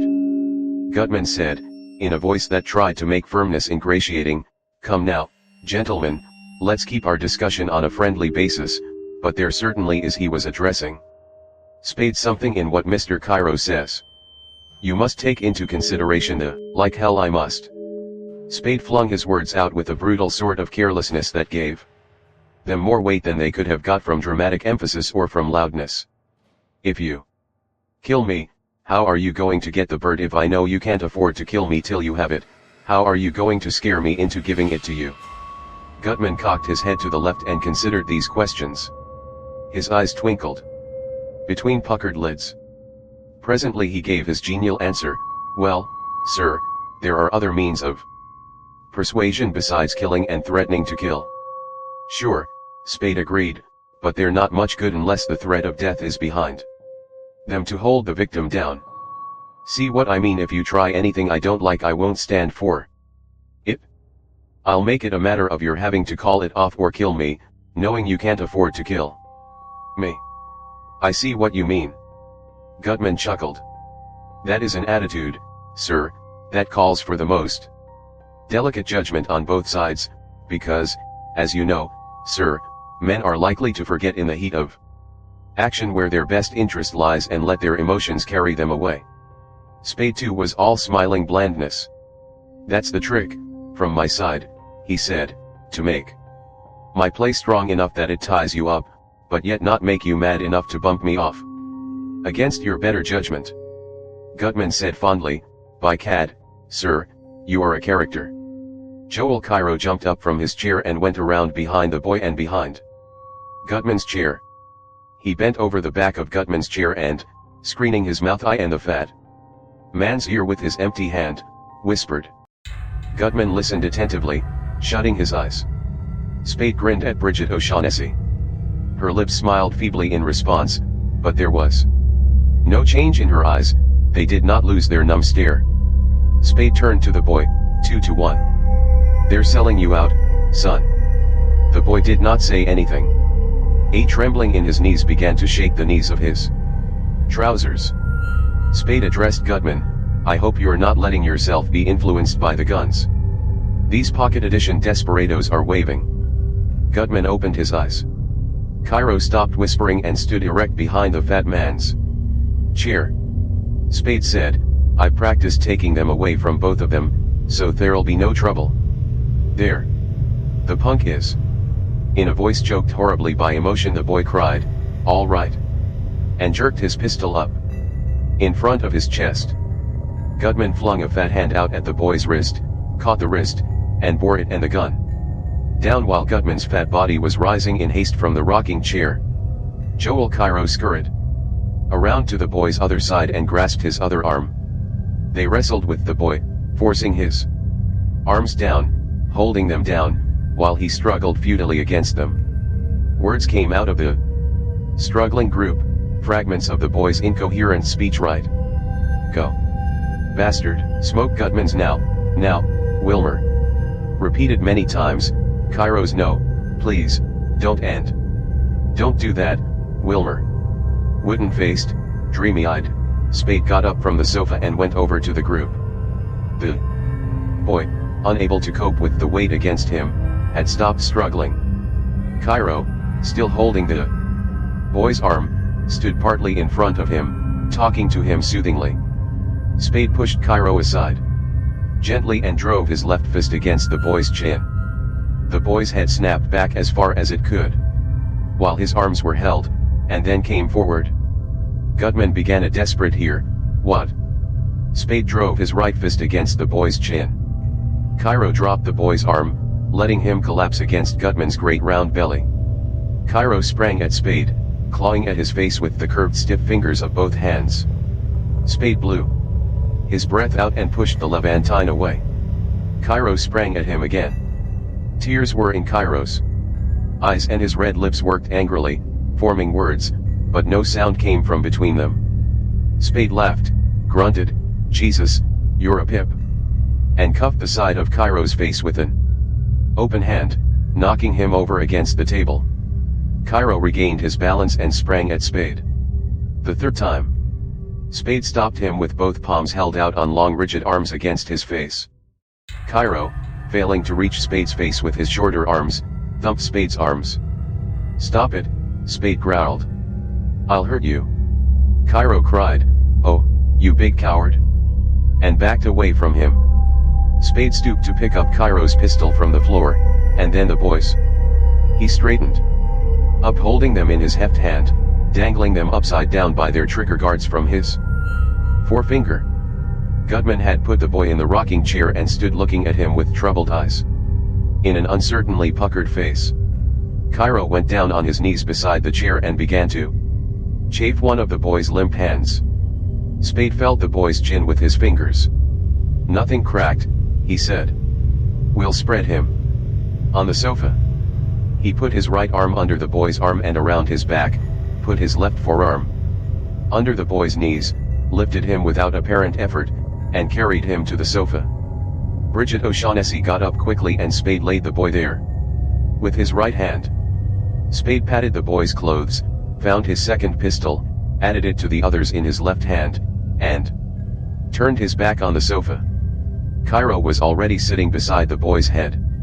Spade clinked the pistols together in his hand and smiled cheerfully at Gutman. "Well," he said, "there's our fail guy." Gutman's face was gray and his eyes were clouded. He did not look at Spade. He looked at the floor and did not say anything. Spade said, "Don't be a damned fool again. You let Cairo whisper to you and you held the kid while I pasted him. You can't laugh that off and you're likely to get yourself shot trying to." Gutman moved his feet on the rug and said nothing. Spade said, "And the other side of it is that you'll either say yes right now or I'll turn the Falcon and the whole goddamned lot of you in." Gutman raised his head and muttered through his teeth, "I don't like that, sir." "You won't like it," Spade said. "Well." The fat man sighed and made a wry face and replied sadly, "You can have him." Spade said, "That's swell." 19 The Russian's hand. The boy lay on his back on the sofa, a small figure that was except for its breathing altogether corpse-like to the eye.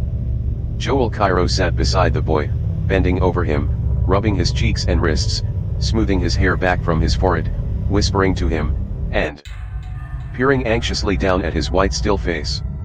Bridget O'Shaughnessy stood in an angle made by table and wall. One of her hands was flat on the table, the other to her breast. She pinched her lower hip between her teeth and glanced furtively at Spade whenever he was not looking at her. When he looked at her, she looked at Cairo and the boy. Gutman's face had lost its troubled cast and was becoming rosy again. He had put his hands in his trousers pockets. He stood facing Spade, watching him without curiosity. Spade, idly jingling his handful of pistols, nodded at Cairo's rounded back and asked, "Gutman, it'll be all right with him?" "I don't know," the fat man replied placidly. "That part will have to be strictly up to you, sir." Spade's smile made his V-shaped chin more salient. He said, "Cairo." The Levantine screwed his dark anxious face around over his shoulder. Spade said, "Let him rest a while. We're going to give him to the police. We ought to get the details fixed before he comes to." Cairo asked bitterly, "Don't you think you've done enough to him without that?" Spade said, "No." Cairo left the sofa and went close to the fat man. "Please don't do this thing, Mr. Gutman," he begged. "You must realize that."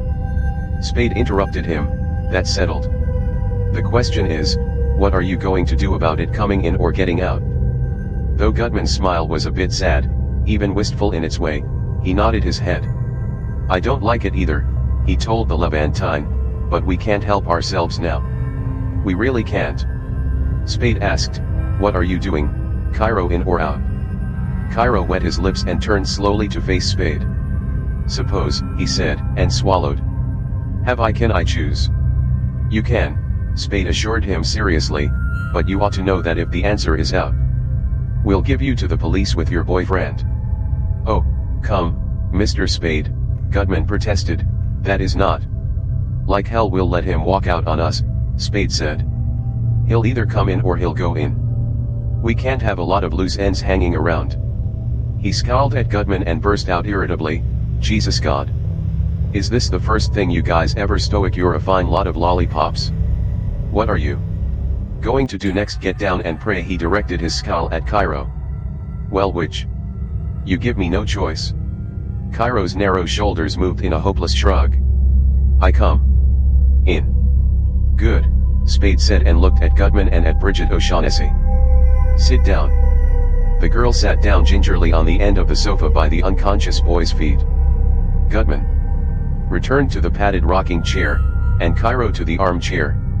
Spade put his handful of pistols on the table and sat on the table corner beside them. He looked at the watch on his wrist and said, 2 o'clock.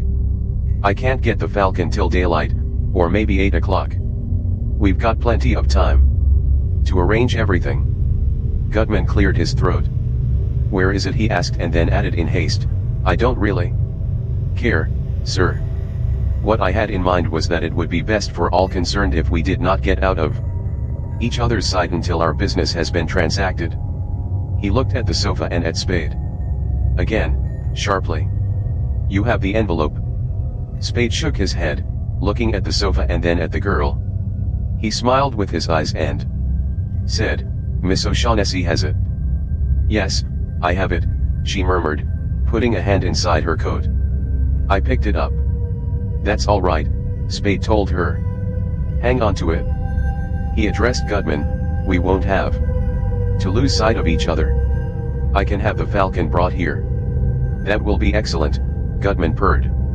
"Then, sir, in exchange for the $10,000 and Wilmer, you will give us the Falcon and an hour or two of grace so we won't be in the city when you surrender him to the authorities."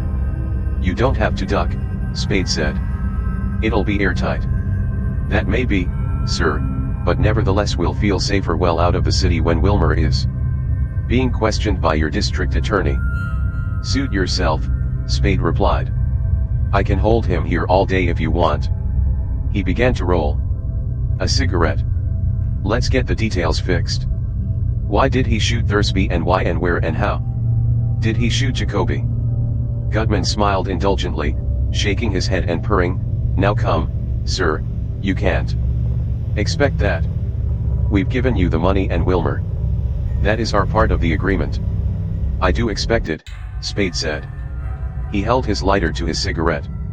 "A fail guy is what I asked for, and he's not a fall guy unless he's a cinch to take the fall. Well, to cinch that I've got to know what's what." He pulled his brows together. "What are you bell-yocking about? You're not going to be sitting so damned pretty if you leave him with an out." Gutman leaned forward and wagged a fat finger at the pistols on the table beside Spade's legs. "There's ample evidence of his guilt, sir. Both men were shot with those weapons. It's a very simple matter for the police department experts to determine that the bullets that killed the men were fired from those weapons. You know that, you've mentioned it yourself. And that, it seems to me, is ample proof of his guilt." "Maybe," Spade agreed, "but the thing's more complicated than that, and I've got to know what happened so I can be sure the parts that won't fit in are covered up." Cairo's eyes were round and hot. "Apparently you've forgotten that you assured us it would be a very simple affair," Cairo said. He turned his excited dark face to Gutman. "You see, I advised you not to do this." "I don't think it doesn't make a damned bit of difference what either of you think," Spade said bluntly. "It's too late for that now, and you're in too deep." "Why did he kill Thursby?" Gutman interlaced his fingers over his belly and rocked his chair. His voice, like his smile, was frankly rueful. "You are an uncommonly difficult person to get the best of," he said. "I begin to think that we made a mistake in not letting you alone from the very first." "By gad, I do, sir." Spade moved his hand carelessly. "You haven't done so bad. You're staying out of jail and you're getting the Falcon. What do you want?" He put his cigarette in a corner of his mouth and said around it, "And how you know where you stand now?" "Why did he kill Thursby?" Gutman stopped rocking. "Thursby was a notorious killer and Miss O'Shaughnessy's ally. We knew that removing him in just that manner would make her stop and think that perhaps it would be best to patch up her differences with us after all, besides leaving her without so violent a protector. You see, sir, I am being candid with you." "Yes. Keep it up. You didn't think he might have the Falcon?" Gutman shook his head so that his round checks wobbled. "We didn't think that for a minute," he replied. He smiled benevolently. "We had the advantage of knowing Miss O'Shaughnessy far too well for that, and, while we didn't know then that she had given the Falcon to Captain Jacoby in Hong Kong to be brought over on the Paloma while they took a faster boat, still we didn't for a minute think that, if only one of them knew where it was, Thursby was the one." Spade nodded thoughtfully and asked, "You didn't try to make a deal with him before you gave him the works?" "Yes, sir, we certainly did. I talked to him myself that night. Wilmer had located him 2 days before and had been trying to follow him to wherever he was meeting Miss O'Shaughnessy, but Thursby was too crafty for that even if he didn't know he was being watched.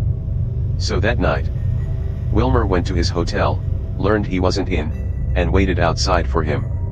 I suppose Thursby returned immediately after killing your partner. Be that as it may, Wilmer brought him to see me. We could do nothing with him. He was quite determinedly loyal to Miss O'Shaughnessy. Well, sir, Wilmer followed him back to his hotel and did what he did. Spade thought for a moment.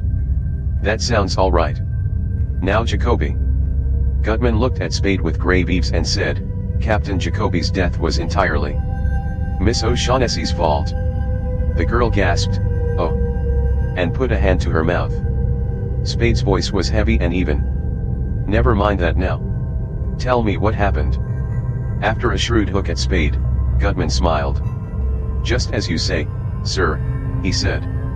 Well, Cairo, as you know, got in touch with me. I sent for him after he left police headquarters the night or morning he was up here. We recognized the mutual advantage of pooling forces. He directed his smile at the Levantine. Mr. Cairo is a man of nice judgment. The Paloma was his thought. He saw the notice of its arrival in the papers that morning and remembered that he had heard in Hong Kong that Jacoby and Miss O'Shaughnessy had been seen together.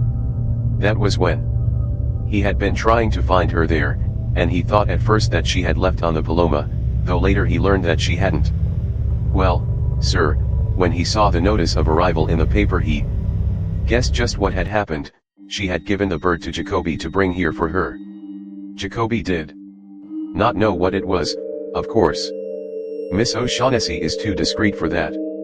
He beamed at the girl, rocked his chair twice, and went on, Mr. Cairo and Wilmer and I went to call on Captain Jacoby and were fortunate enough to arrive while Miss O'Shaughnessy was there. In many ways it was a difficult conference, but finally, by midnight we had persuaded Miss O'Shaughnessy to come to terms, or so we thought. We then left the boat and set out for my hotel, where I was to pay Miss O'Shaughnessy and receive the bird. Well, sir, we mere men should have known better than to suppose ourselves capable of coping with her en route. She and Captain Jacoby and the Falcon slipped completely through our fingers. He laughed merrily. By gad, sir, it was neatly done. Spade looked at the girl. Her eyes, large and dark with pleading, met his. He asked, Gutman, you touched off the boat before you left? Not intentionally, no, sir, the fat man replied, though I dare say we or Wilmer at least were responsible for the fire. He had been out trying to find the Falcon while the rest of us were talking in the cabin and no doubt was careless with matches. That's fine, Spade said. If any slip-up makes it necessary for us to try him for Jacoby's murder, we can also hang an arson rap on him. All right. Now about the shooting. Well, sir, we dashed around town all day trying to find them and we found them late this afternoon. We weren't sure at first that we'd found them. All we were sure of was that we'd found Miss O'Shaughnessy's apartment. But when we listened at the door we heard them moving around inside, so we were pretty confident we had them and rang the bell. When she asked us who we were and we told her through the door, we heard a window going up. We knew what that meant, of course, so Wilmer hurried downstairs as fast as he could and around to the rear of the building to cover the fire escape. And when he turned into the alley, he ran right plumb smack into Captain Jacoby running away with the Falcon under his arm. That was a difficult situation to handle, but Wilmer did every bit as well as he could. He shot Jacoby more than once, but Jacoby was too tough to either fall or drop the Falcon, and he was too close for Wilmer to keep out of his way. He knocked Wilmer down and ran on. And this was in broad daylight, you understand, in the afternoon. When Wilmer got up he could see a policeman coming up from the block below. So he had to give it up. He dodged into the open back door of the building next the coronet, through into the street, and then up to join us, and very fortunate he was, sir, to make it without being seen. Well, sir, there we were stumped again. Miss O'Shaughnessy had opened the door for Mr. Cairo and me after she had shut the window behind Jacoby, and he broke off to smile at a memory. We persuaded, that is the word, sir, her to tell us that she had told Jacoby to take the Falcon to you. It seemed very unlikely that he'd live to go that far, even if the police didn't pick him up, but that was the only chance we had, sir. And so, once more, We persuaded Miss O'Shaughnessy to give us a little assistance.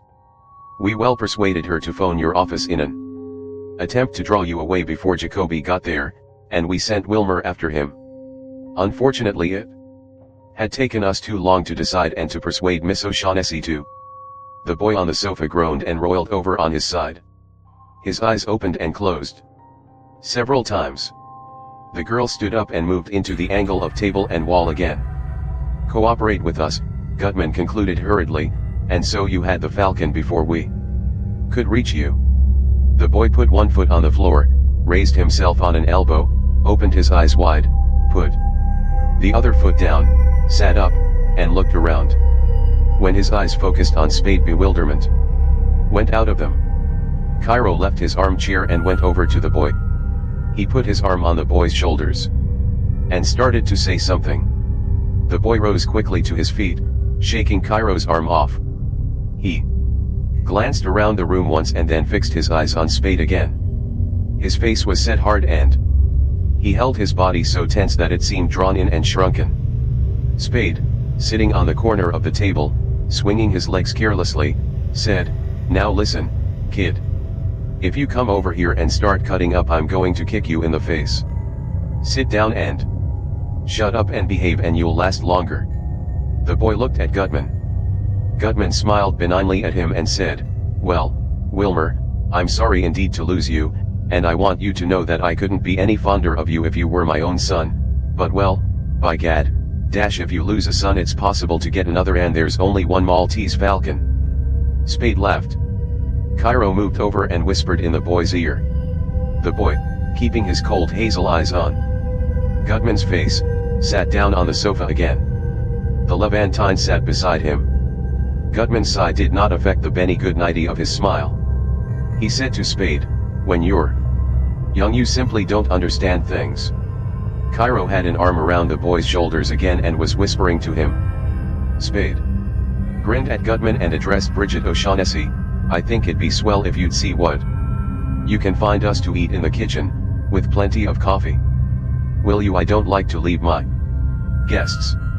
"Surely," she said and started towards the door. Gutman stopped rocking. "Just a moment, my dear." He held up a thick hand. "Hadn't you better leave the envelope in here? You don't want to get grease spots on it." The girl's eyes questioned Spade. He said in an indifferent tone, "It's still his." She put her hand inside her coat, took out the envelope, and gave it to Spade. Spade tossed it into Gutman's lap, saying, "Sit in it if you're afraid of losing it." "You misunderstand me," Gutman replied suavely. "It's not that at all, but business should be transacted in a business-like manner." He opened the flap of the envelope, took out the $1,000 bills, counted them, and chuckled so that his belly bounced. "For instance, there are only 9 bills here now." He spread them out on his fat knees and thighs. "There were 10 when I handed it to you, as you very well know." His smile was broad and jovial and triumphant. Spade looked at Bridget O'Shaughnessy and asked, "Well?" She shook her head sidewise with emphasis.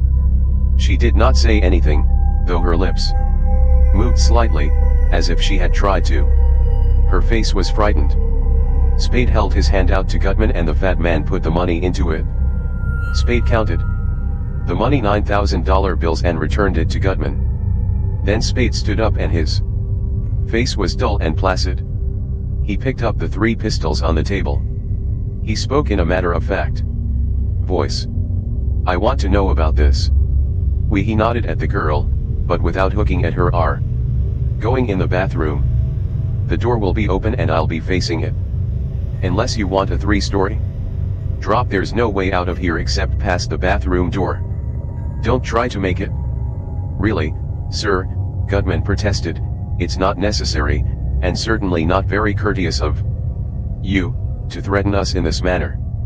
You must know that we've not the least desire to leave. I'll know a lot when I'm through."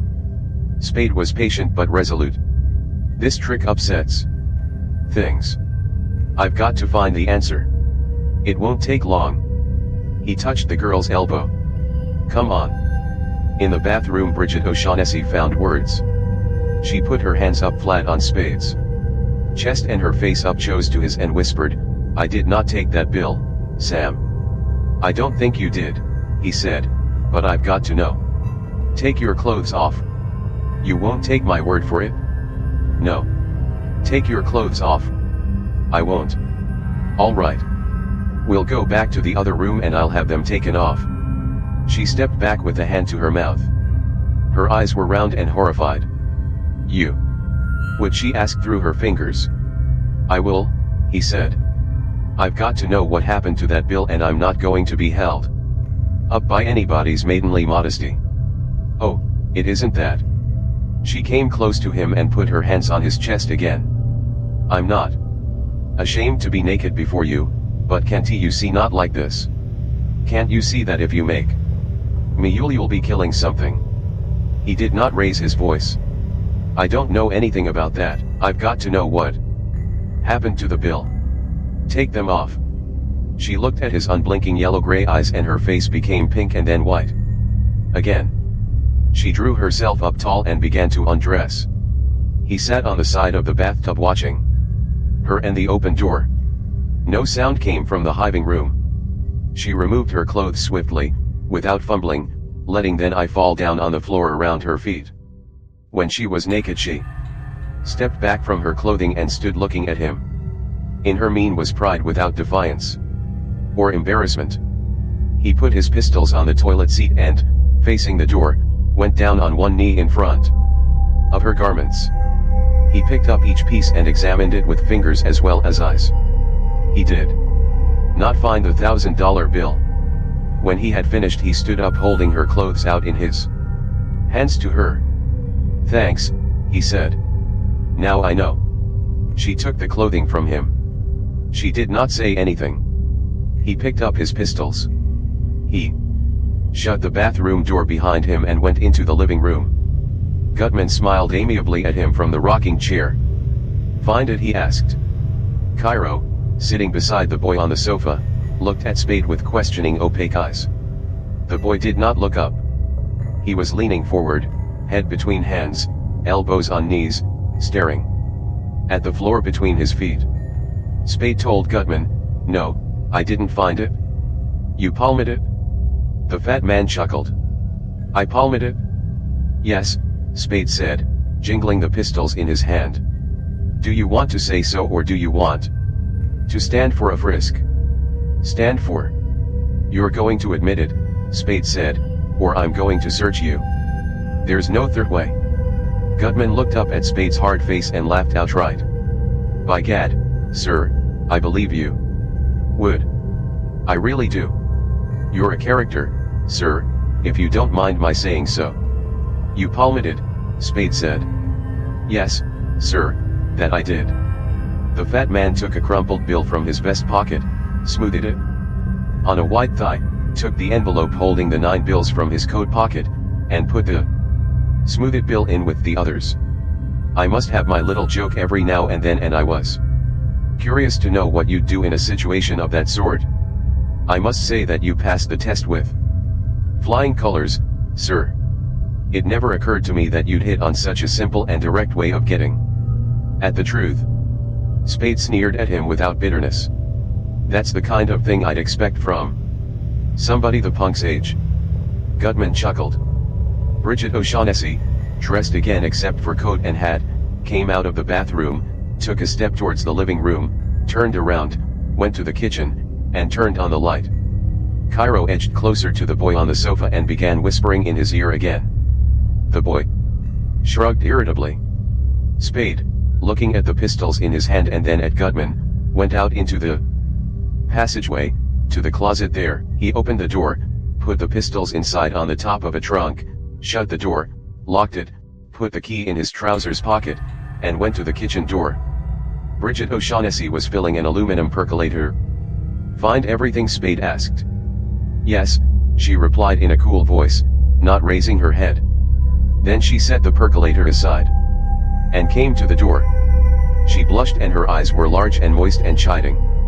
"You shouldn't have done that to me, Sam," she said softly. "I had to find out, Angel." He bent down, kissed her mouth lightly, and returned to the Living room. Gutman smiled at Spade and offered him the white envelope, saying, "This will soon be yours, you might as well take it now." Spade did not take it. He sat in the armchair and said, "There's plenty of time for that. We haven't done enough talking about the money and I ought to have more than 10,000. Gutman said, $10,000 is a lot of money. Spade said, "You're quoting me, but it's not all the money in the world." "No, sir, it's not. I grant you that. But it's a lot of money to be picked up in as few days. And as easily as you're getting it." "You think it's been so damned easy?" Spade asked, and shrugged. "Well, maybe, but that's my business." "It certainly is," the fat man agreed. He screwed up his eyes, moved his head to indicate the kitchen, and lowered his voice. "Are you sharing with her?" Spade said, "That's my business too." "It certainly is," the fat man agreed once more, but he hesitated. "I'd like to give you a word of advice." "Go ahead. If you don't, I dare say you'll give her some money in any event, but if you don't give her as much as she thinks she ought to have, my word of advice is be careful." Spade's eyes held a mocking light. He asked, "Bad?" "Bad," the fat man replied. Spade grinned and began to roll a cigarette. Cairo, still muttering in the boy's ear, had put his arm around the boy's shoulders again. Suddenly the boy pushed his arm away and turned on the sofa to face the Levantine. The boy's face held disgust and anger. He made a fist of one small hand and struck Cairo's mouth with it. Cairo cried out as a woman might have cried and drew back to the very end of the sofa. He took a silk handkerchief from his pocket and put it to his mouth. It came away daubed with blood. He put it to his mouth once more and looked reproachfully at the boy. The boy snarled, "Keep away from me," and put his face between his hands again. Cairo's handkerchief released the fragrance of sheeper in the room. Cairo's cry had brought Bridget O'Shaughnessy to the door. Spade, grinning, jerked a thumb at the sofa and told her, "The course of true love. How's the food coming along?"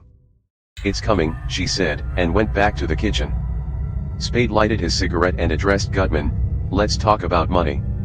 "Willingly, sir, with all my heart," the fat man replied, "but I might as well tell you, frankly right now, that 10,000 is every cent I can raise." Spade exhaled smoke. "I ought to have 20. I wish you could.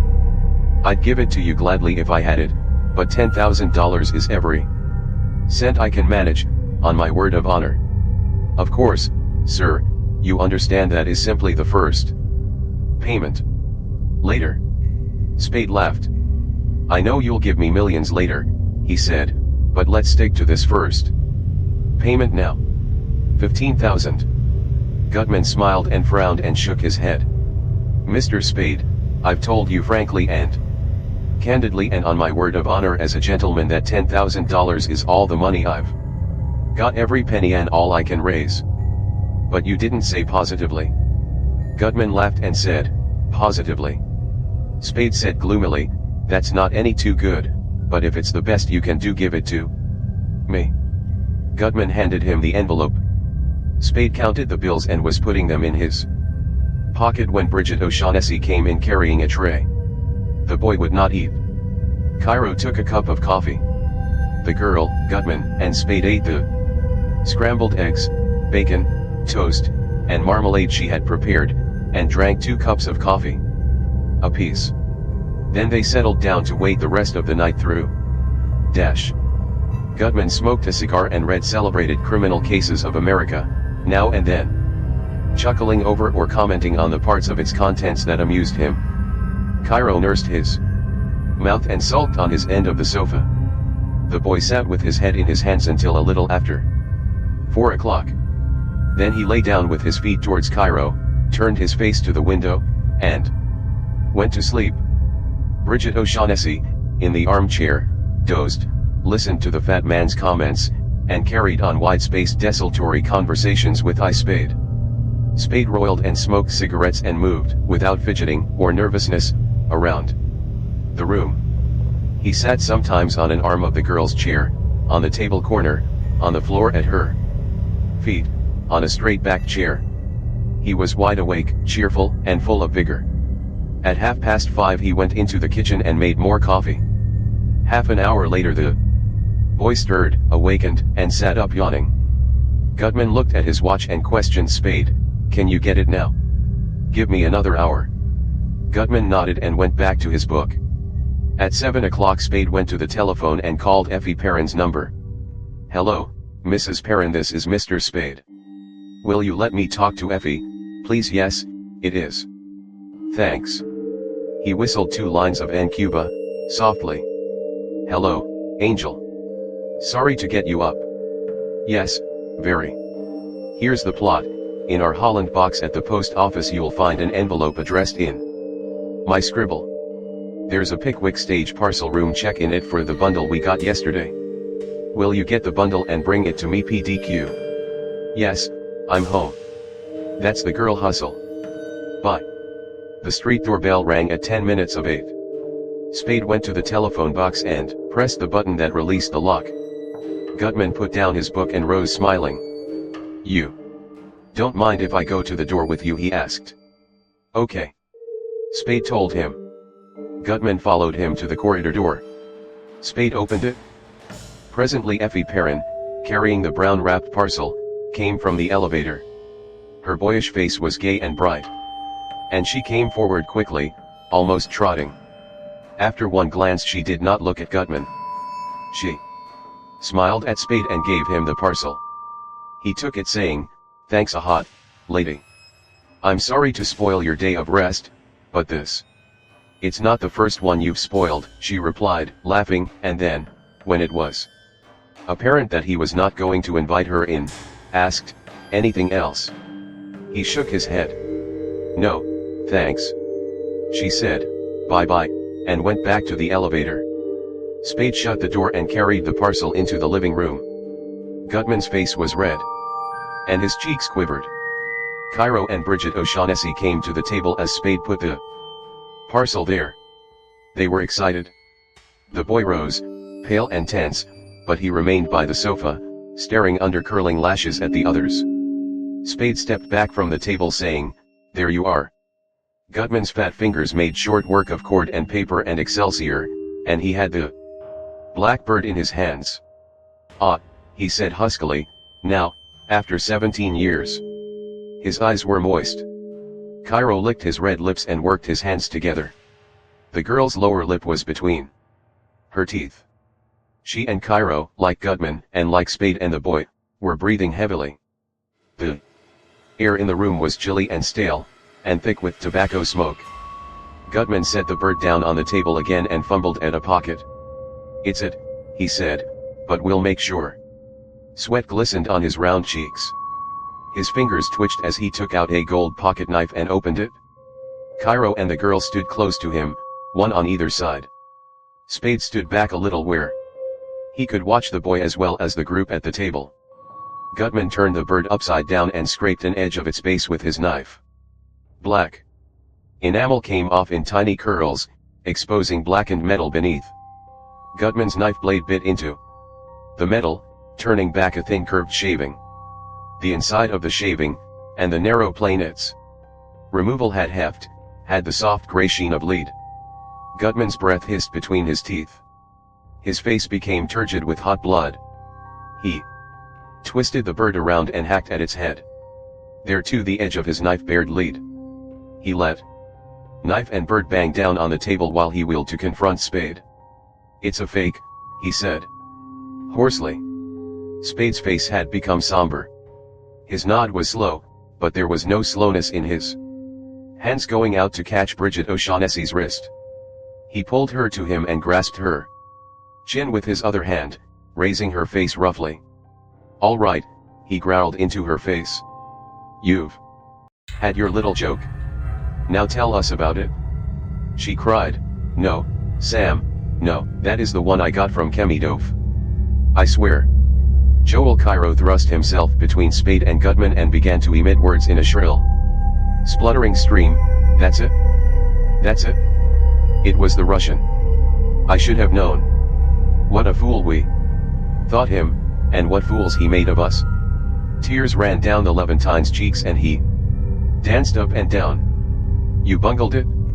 He screamed at Gutman. You and your stupid attempt to buy it from him. You fat fool. You let him know it was valuable and he found out how valuable. And made a duplicate for us. No wonder we had so little trouble stealing it. No wonder. He was so willing to send me off around the world looking for it. You imbecile. You bloated idiot. He put his hands to his face and blubbered. Gutman's jaw sagged. He blinked vacant eyes. Then he shook himself and was by the time his bulbs had stopped jouncing again a jovial fat man. Come, sir, he said good-naturedly, there's no need of going on like that. Everybody errs at times and you may be sure this is every bit as severe a blow to me as to anyone else.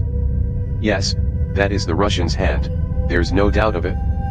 Well, sir, what do you suggest? Shall we stand here and shed tears and call each other names, or shall we? He paused and his smile was a cherub's go to Constantinople. Cairo took his hands from his face and his eyes bulged. He stammered, you ark. Amazement coming with full comprehension made him speechless. Gutman patted his fat hands together. His eyes twinkled. His voice was a complacent, throaty purring. For 17 years I have wanted that little item and have been trying to get it. If I must spend another year on the quest, well, sir, that will be an additional expenditure in time. Of only. His lips moved silently as he calculated 5 and 15 cents per cent. The Levantine giggled and cried, I go with you. Spade suddenly released the girl's wrist and hooked around the room. The boy was not there. Spade went into the passageway. The corridor door stood open. Spade made a dissatisfied mouth, shut the door, and returned to the living room. He leaned against the door frame and looked at Gutman and Cairo. He looked at Gutman for a long time, sourly. Then he spoke, mimicking the fat man's throaty purr, well, sir, I must say you're a swell lot of thieves. Gutman chuckled. We've little enough to boast about, and that's a fact, sir, he said. But, well, we're none of us dead yet and there's not a bit of use thinking the world's come to an end just because we've run into a little setback. He brought his left hand from behind him and held it out towards Spade, pink smooth hilly palm up. I'll have to ask you for that envelope, sir. Spade did not move. His face was wooden. He said, I held up my end. You got your dingus. It's your hard luck, not mine, that it wasn't what you wanted. Now come, sir, Gutman said persuasively, we've all failed and there's no reason for expecting any one of us to bear the brunt of it, and he brought his right hand from behind him. In the hand was a small pistol, an ornately engraved and inlaid affair of silver and gold and mother of pearl. In short, sir, I must ask you to return my $10,000. Spade's face did not change.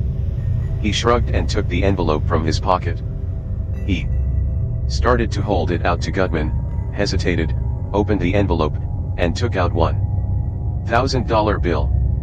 He put that bill into his trousers pocket. He tucked the envelope's flap in over the other bills and held them out to Gutman. That'll take care of my time and expenses, he said. Gutman, after a little pause, imitated Spade's shrug and accepted the envelope. He said, now, sir, we will say goodbye to you, unless the fat puffs around his eyes crinkled out your care to undertake the Constantinople expedition with us. You don't? Well, sir, frankly I'd like to have you along. You're a man to my liking, a man of many resources and nice judgment. Because we know you're a man of nice judgment, we know we can say goodbye with every assurance that you'll hold the details of our little enterprise in confidence.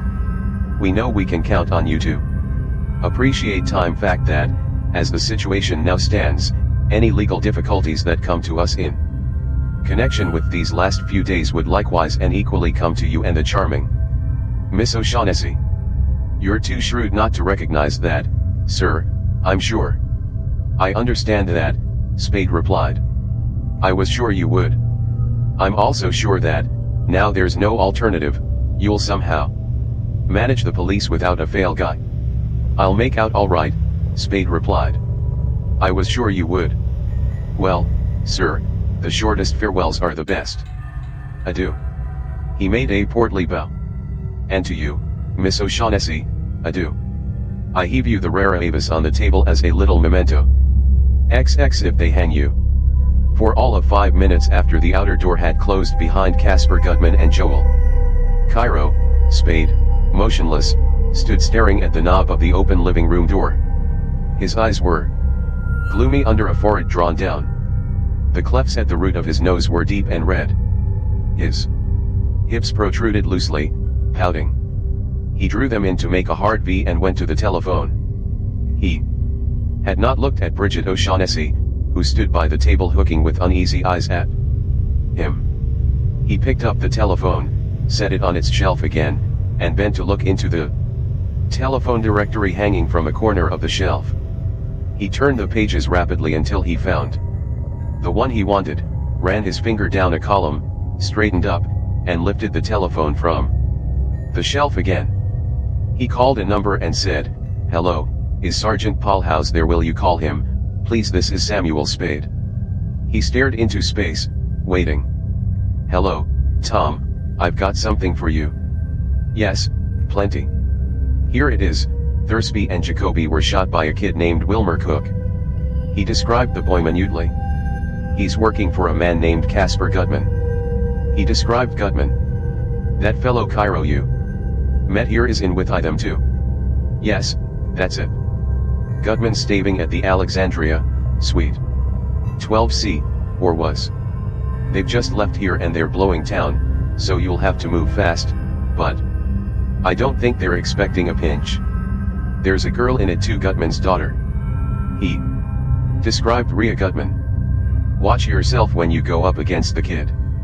He's supposed to be pretty good with the gun." "That's right, Tom, and I've got some stuff here for you. I think I've got the guns he used." "That's right. Step on it and luck to you." Spade slowly replaced receiver on prong, telephone on shelf. He wet his lips and hooked down at his hands. Their palms were wet. He filled his deep chest with air. His eyes were glittering between straightened lids. He turned and took 3 long swift steps into the living room. Bridget O'Shaughnessy, startled by the suddenness of his approach, let her breath out in a little laughing gasp. Spade, face to face with her, very close to her, tail, big-boned and thick-muscled, coldly smiling, hard of jaw, and I said, "They'll talk when they're nailed about us. We're sitting on dynamite, and we've only got minutes to get set for the police. Give me all of it fast. Gutman sent you and Cairo to Constantinople." She started to speak, hesitated, and bit her lip. He put a hand on her shoulder. "God damn you, talk," he said. "I'm in this with you and you're not going to gum it. Talk." "He sent you to Constantinople." "Why yes, he sent me. I met Joe there and asked him to help me. Then we..." "Wait. You asked Cairo to help you get it from Chemidov?" "Yes. For Gutman." She hesitated again, squirmed under the hard angry glare of his eyes, swallowed, and said, "No, not then. We thought we would get it for ourselves." "All right.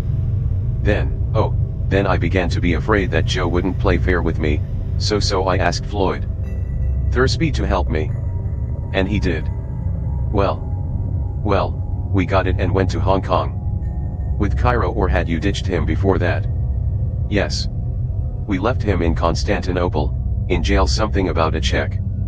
Something you fixed up to hold him there." She looked shamefacedly at Spade and whispered, "Yes. Right. Now you and Thursby are in Hong Kong with the bird." "Yes, and then I didn't know him very well. I didn't know whether I could trust him. I thought it would be safer anyway. I met Captain Jacoby and I knew his boat was coming here, so I asked him to bring a package for me, and that was the bird. I wasn't sure I could trust Thursby, or that Joe or somebody working for Gutman might not be on the boat we came on, and that seemed the safest plan." "All right. Then you and Thursby caught one of the fast boats over." "Then what?" Then I was afraid of Gutman.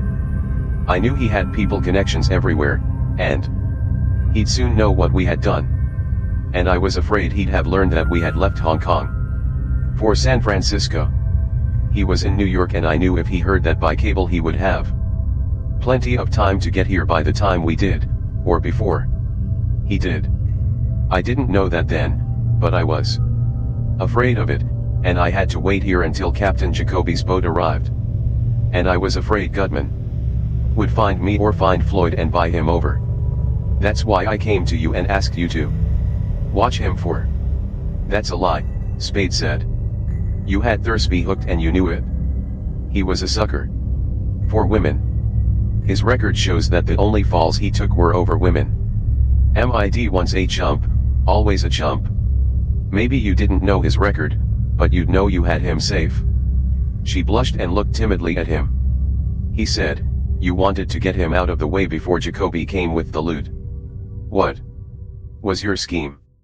I knew he'd left the States with a gambler after some trouble. I didn't know what it was. But I thought that if it was anything serious and he saw a detective watching him, he'd think it was on account of the old trouble, and would be frightened into going away. I didn't think. You told him he was being shadowed, Spade said confidently. Miles hadn't many brains, but he wasn't clumsy enough to be spotted the first night. I told him, yes. When we went out for a walk that night, I pretended to discover Mr. Archer following us and pointed him out to Floyd. She sobbed. But please believe, Sam, that I wouldn't have done it if I had thought Floyd would kill him. I thought he'd be frightened into leaving the city. I didn't for a minute think he'd shoot him like that. Spade smiled wolfishly with his lips, but not at all with his eyes. He said, if you thought he wouldn't, you were right, Angel. The girl's upraised face held utter astonishment. Spade said, Thursby didn't shoot him. Incredulity joined astonishment in the girl's face. Spade said, Miles hadn't many brains, but, Christ, he had too many years' experience as a detective to be caught like that by the man he was shadowing up a blind alley with his gun tucked away on his hip and his overcoat buttoned. Not a chance. He was as dumb as any man ought to be, but he wasn't quite that dumb. The only two ways out of the alley could be watched from the edge of Bush Street over the tunnel. You told us Thursby was a bad actor. He couldn't have tricked Miles into the alley like that, and he couldn't have driven him in. He was dumb, but not dumb enough for that. He ran his tongue over the inside of his lips and smiled affectionately at Time Girl. He said, but he'd be gone up there with you, Angel, if he was sure nobody else was up there. You were his client, so he would have had no reason for not dropping the shadow on your say-so, and if you caught up with him and asked him to go up there, he'd be gone. He was just dumb enough for that. He looked you up and down and licked his lips and gone grinning from ear to ear, and then you could have stood as close to him as you liked in the dark and put a hole through him with the gun you had got from Thursby that evening. Bridget O'Shaughnessy shrank back from him until the edge of the table stopped her. She looked at him with terrified eyes and cried, Don't talk to me like that, Sam. You know I didn't. You know. Stop it. He looked at the watch on his wrist. The police will be blowing in any minute now, and we're sitting on dynamite. Talk. She put the back of a hand on her forehead. Why do you accuse me of such a terrible? Will you stop it? He demanded in a low, impatient voice. This isn't the spot for the schoolgirl act. Listen to me. The pair of us are sitting under the gallows. He took hold of her wrists and made her stand up straight in front of him. Talk. How did you know? He licked his lips and looked. Spade laughed harshly. I knew Miles. But never mind that. Why did you shoot him? She twisted her wrists out of Spade's fingers and put her hands up around the back of his neck, pulling his head down until his mouth all but touched hers. Her body was flat against his, from kmises to chest. He put his arms around her, holding her tight to him. Her dark lashed lids were half down over velvet eyes. Her voice was hushed, throbbing. I didn't mean to, at first. I didn't, really. I meant what I told you, but when I saw Floyd couldn't be frightened Spade slapped her shoulder. He said, "That's a lie. You asked Miles and me to handle it. Ourselves, you wanted to. He sure the shadower was somebody you knew and who knew you, so they'd go with you. You got the gun from Thursby that day that night. You had already rented the apartment at the Coronet. You had trunks there and none at the hotel, and when I hooked the apartment over I found a rent receipt dated 5 or 6 days before the time you told me you rented it." She swallowed with difficulty and her voice was humble. "Yes, that's a lie, Sam. I did intend to. If Floyd, I can't look at you and tell you this, Sam." She pulled his head farther down until her cheek was against his cheek, her mouth by his ear, and whispered, "I knew Floyd wouldn't be easily frightened, but I thought that if he knew somebody was shadowing him either, he'd oh, I can't say it, Sam." She clung to him, sobbing. Spade said, "You thought Floyd would tackle him and one or the other of them would go down. If Thursby was the one, then you were rid of him. If Miles was, then you could see that Floyd was caught and you'd be rid of him. That it? Something like that. And when you found that Thursby didn't mean to tackle him, you borrowed the gun and did it yourself. Right. Yes, though not exactly, but exact enough. And you had that plan up your sleeve from the first. You thought Floyd would he nailed for the killing. I thought they'd hold him at least until after Captain Jacoby had arrived with the Falcon. And you didn't know then that Gutman was here hunting for you. You didn't suspect that. Or you wouldn't have shaken your gun, man. You knew Gutman was here as soon as you heard Thursby had been shot. Then you knew you needed another protector, so you came back to me. Right. Yes, but oh, sweetheart, Dash, it wasn't only that. I would have come back to you sooner or later. From the first instant I saw you I knew." Spade said tenderly, "You angel.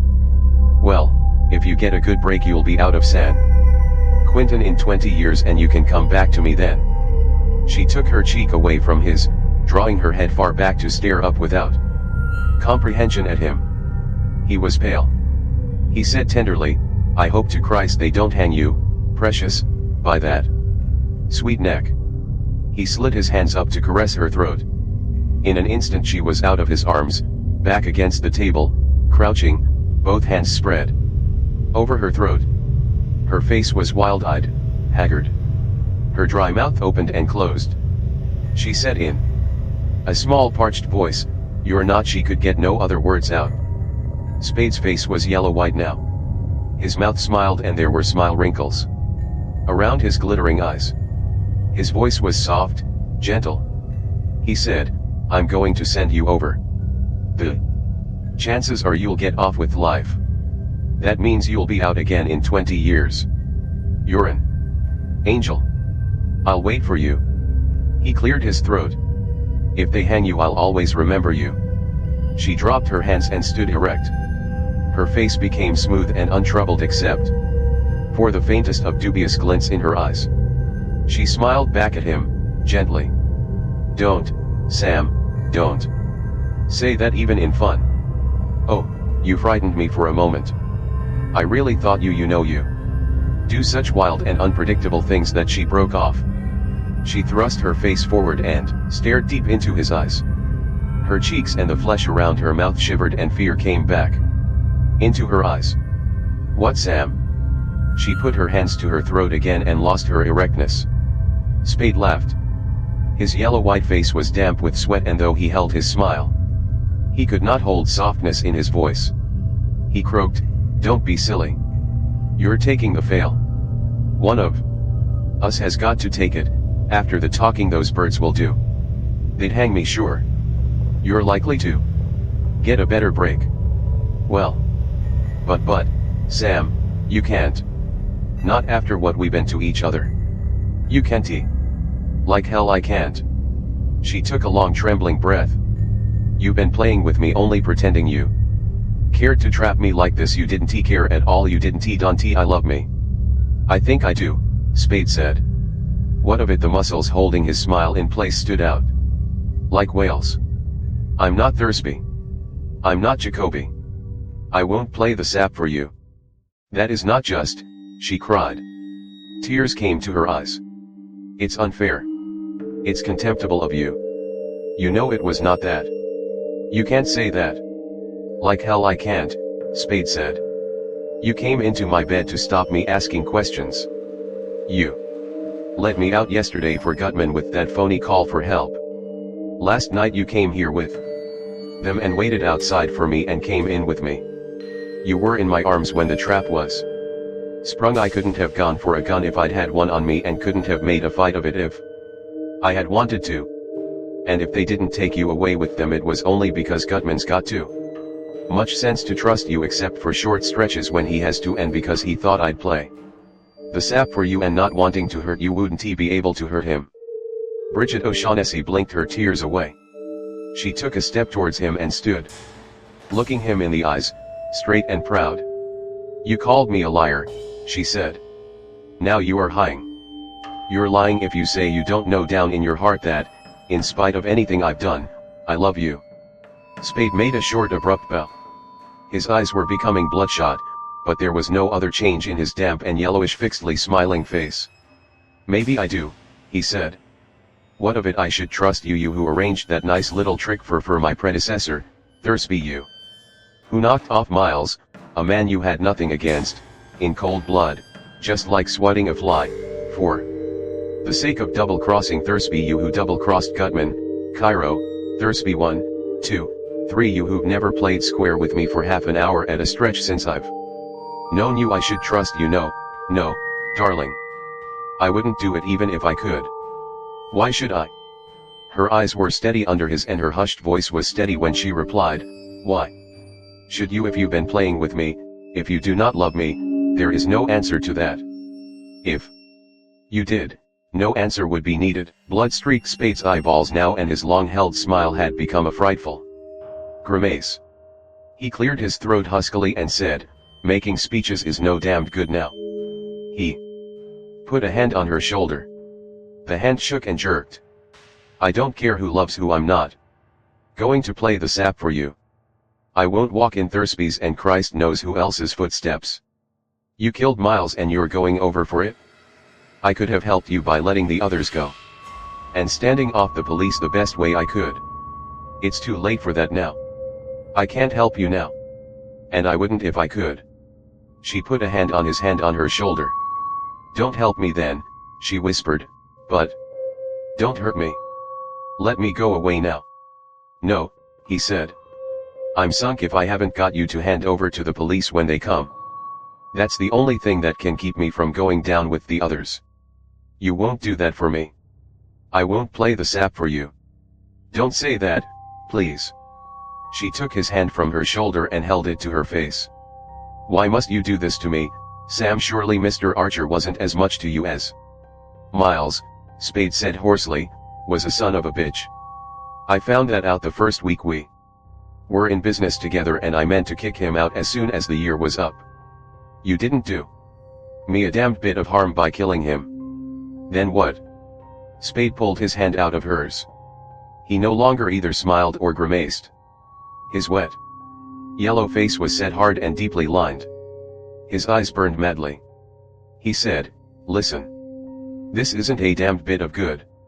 You'll never understand me, but I'll try once more and then we'll give it up. Listen. When a man's partner is killed, he's supposed to do something about it. It doesn't make any difference what you thought of him. He was your partner and you're supposed to do something about it. Then it happens we were in the detective business. Well, when one of your organization gets killed, it's bad business to let the killer get away with it. It's bad all around, bad for that one organization, bad for every detective everywhere. Third, I'm a detective, and expecting me to run criminals down and then let them go free is like asking a dog to catch a rabbit and let it go. It can be done, all right, and sometimes it is done, but it's not the natural thing. The only way I could have let you go was by letting Gutman and Cairo and the kid go. That's... You're not serious, she said. You don't expect me to think that these things you're saying are sufficient reason for sending me to the Wait till I'm through and then you can talk. Fourth, no matter what I wanted to do now, it would be absolutely impossible for me to let you go without having myself dragged to the gallows with the others. Next, I've no reason in God's world to think I can trust you, and if I did this and got I with it, you'd have something on me that you could use whenever you happen to want to. That's 5 of them. The 6th would be that, since I've also got something on you, I couldn't be sure you wouldn't decide to shoot a hole in me someday. 7th, I don't even like the idea of thinking that there might be 1 chance in 100 that you'd played me for a sucker. And 8th, but that's enough. All those on one side. Maybe some of them are unimportant. I won't argue about that. But look at the number of them. Now on the other side, we've got what all we've got is the fact that maybe you love me and maybe I love you. You know, she whispered, whether you do or not. I don't. It's easy enough to be nuts about you. He looked hungrily from her hair to her feet and up to her eyes again. But I don't know what that amounts to. Does anybody ever? But suppose I do, what of it? Maybe next month I won't. I've been through it before when it lasted that long. Then what? Then I'll think I played the sap. And if I did it and got sent over, then I'd be sure I was the sap. Well, if I send you over, I'll be sorry as hell. I'll have some rotten nights, but that'll pass. Listen. He took her by the shoulders and bent her back, leaning over her. If that doesn't mean anything to you, forget it, and we'll make it this. I won't, because all of me wants to say to hell with the consequences and do it, and because goddamn you counted on that with me the same as you counted on that with the others. He took his hands from her shoulders and let them fall to his sides. She put her hands up to his cheeks and drew his face down again. Look at me, she said, and tell me the truth. Would you have done this to me if the Falcon had been real and you had been paid your money? What difference does that make now? Don't be too sure I'm as crooked as I'm supposed to be. That kind of reputation might be good business, bringing in high-priced jobs and making it easier to deal with the enemy. She looked at him, saying nothing. He moved his shoulders a little and said, well, a lot of money would have been at least 1 more item on the other side of the scales. She put her face up to his face. Her mouth was slightly open with lips a little thrust out. She whispered, if you loved me, you'd need nothing more on that side.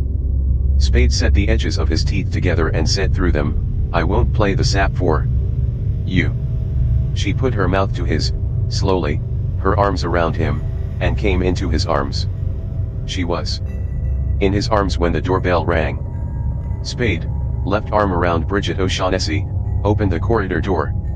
Lieutenant Dundee, Detective Sergeant Tom Paulhouse, and 2 other detectives were there.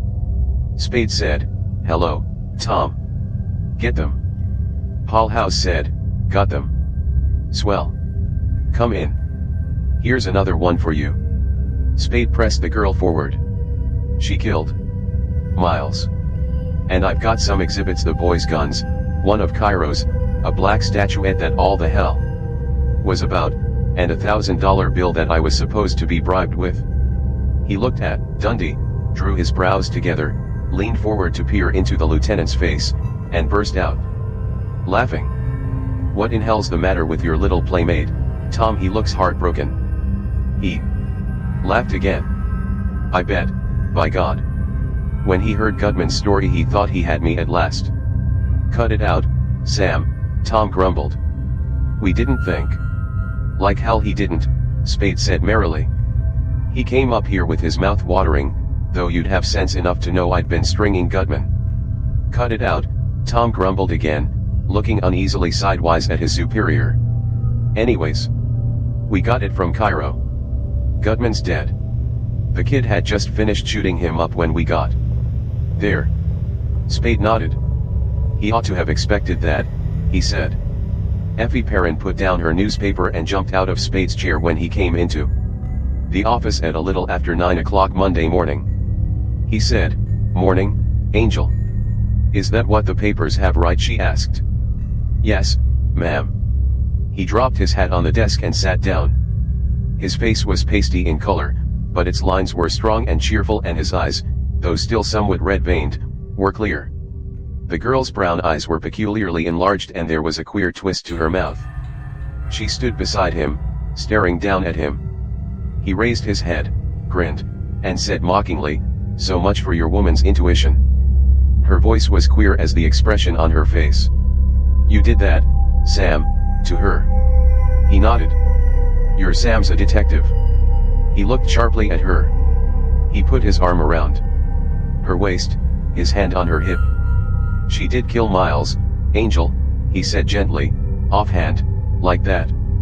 He snapped the fingers of his other hand. She escaped from his arm as if it had hurt her. "Don't, please, don't touch me," she said brokenly. I know you're right. You're right. But don't touch me now, not now." Spade's face became pale as his collar. The corridor door's knob rattled. Effie Perrin turned quickly and went into the outer office, shutting time door behind her. When she came in again she shut it behind her. She said in a small flat voice, "Eva is here." Spade, looking down at his desk, nodded almost imperceptibly. "Yes," he said, and shivered. "Well, send her in."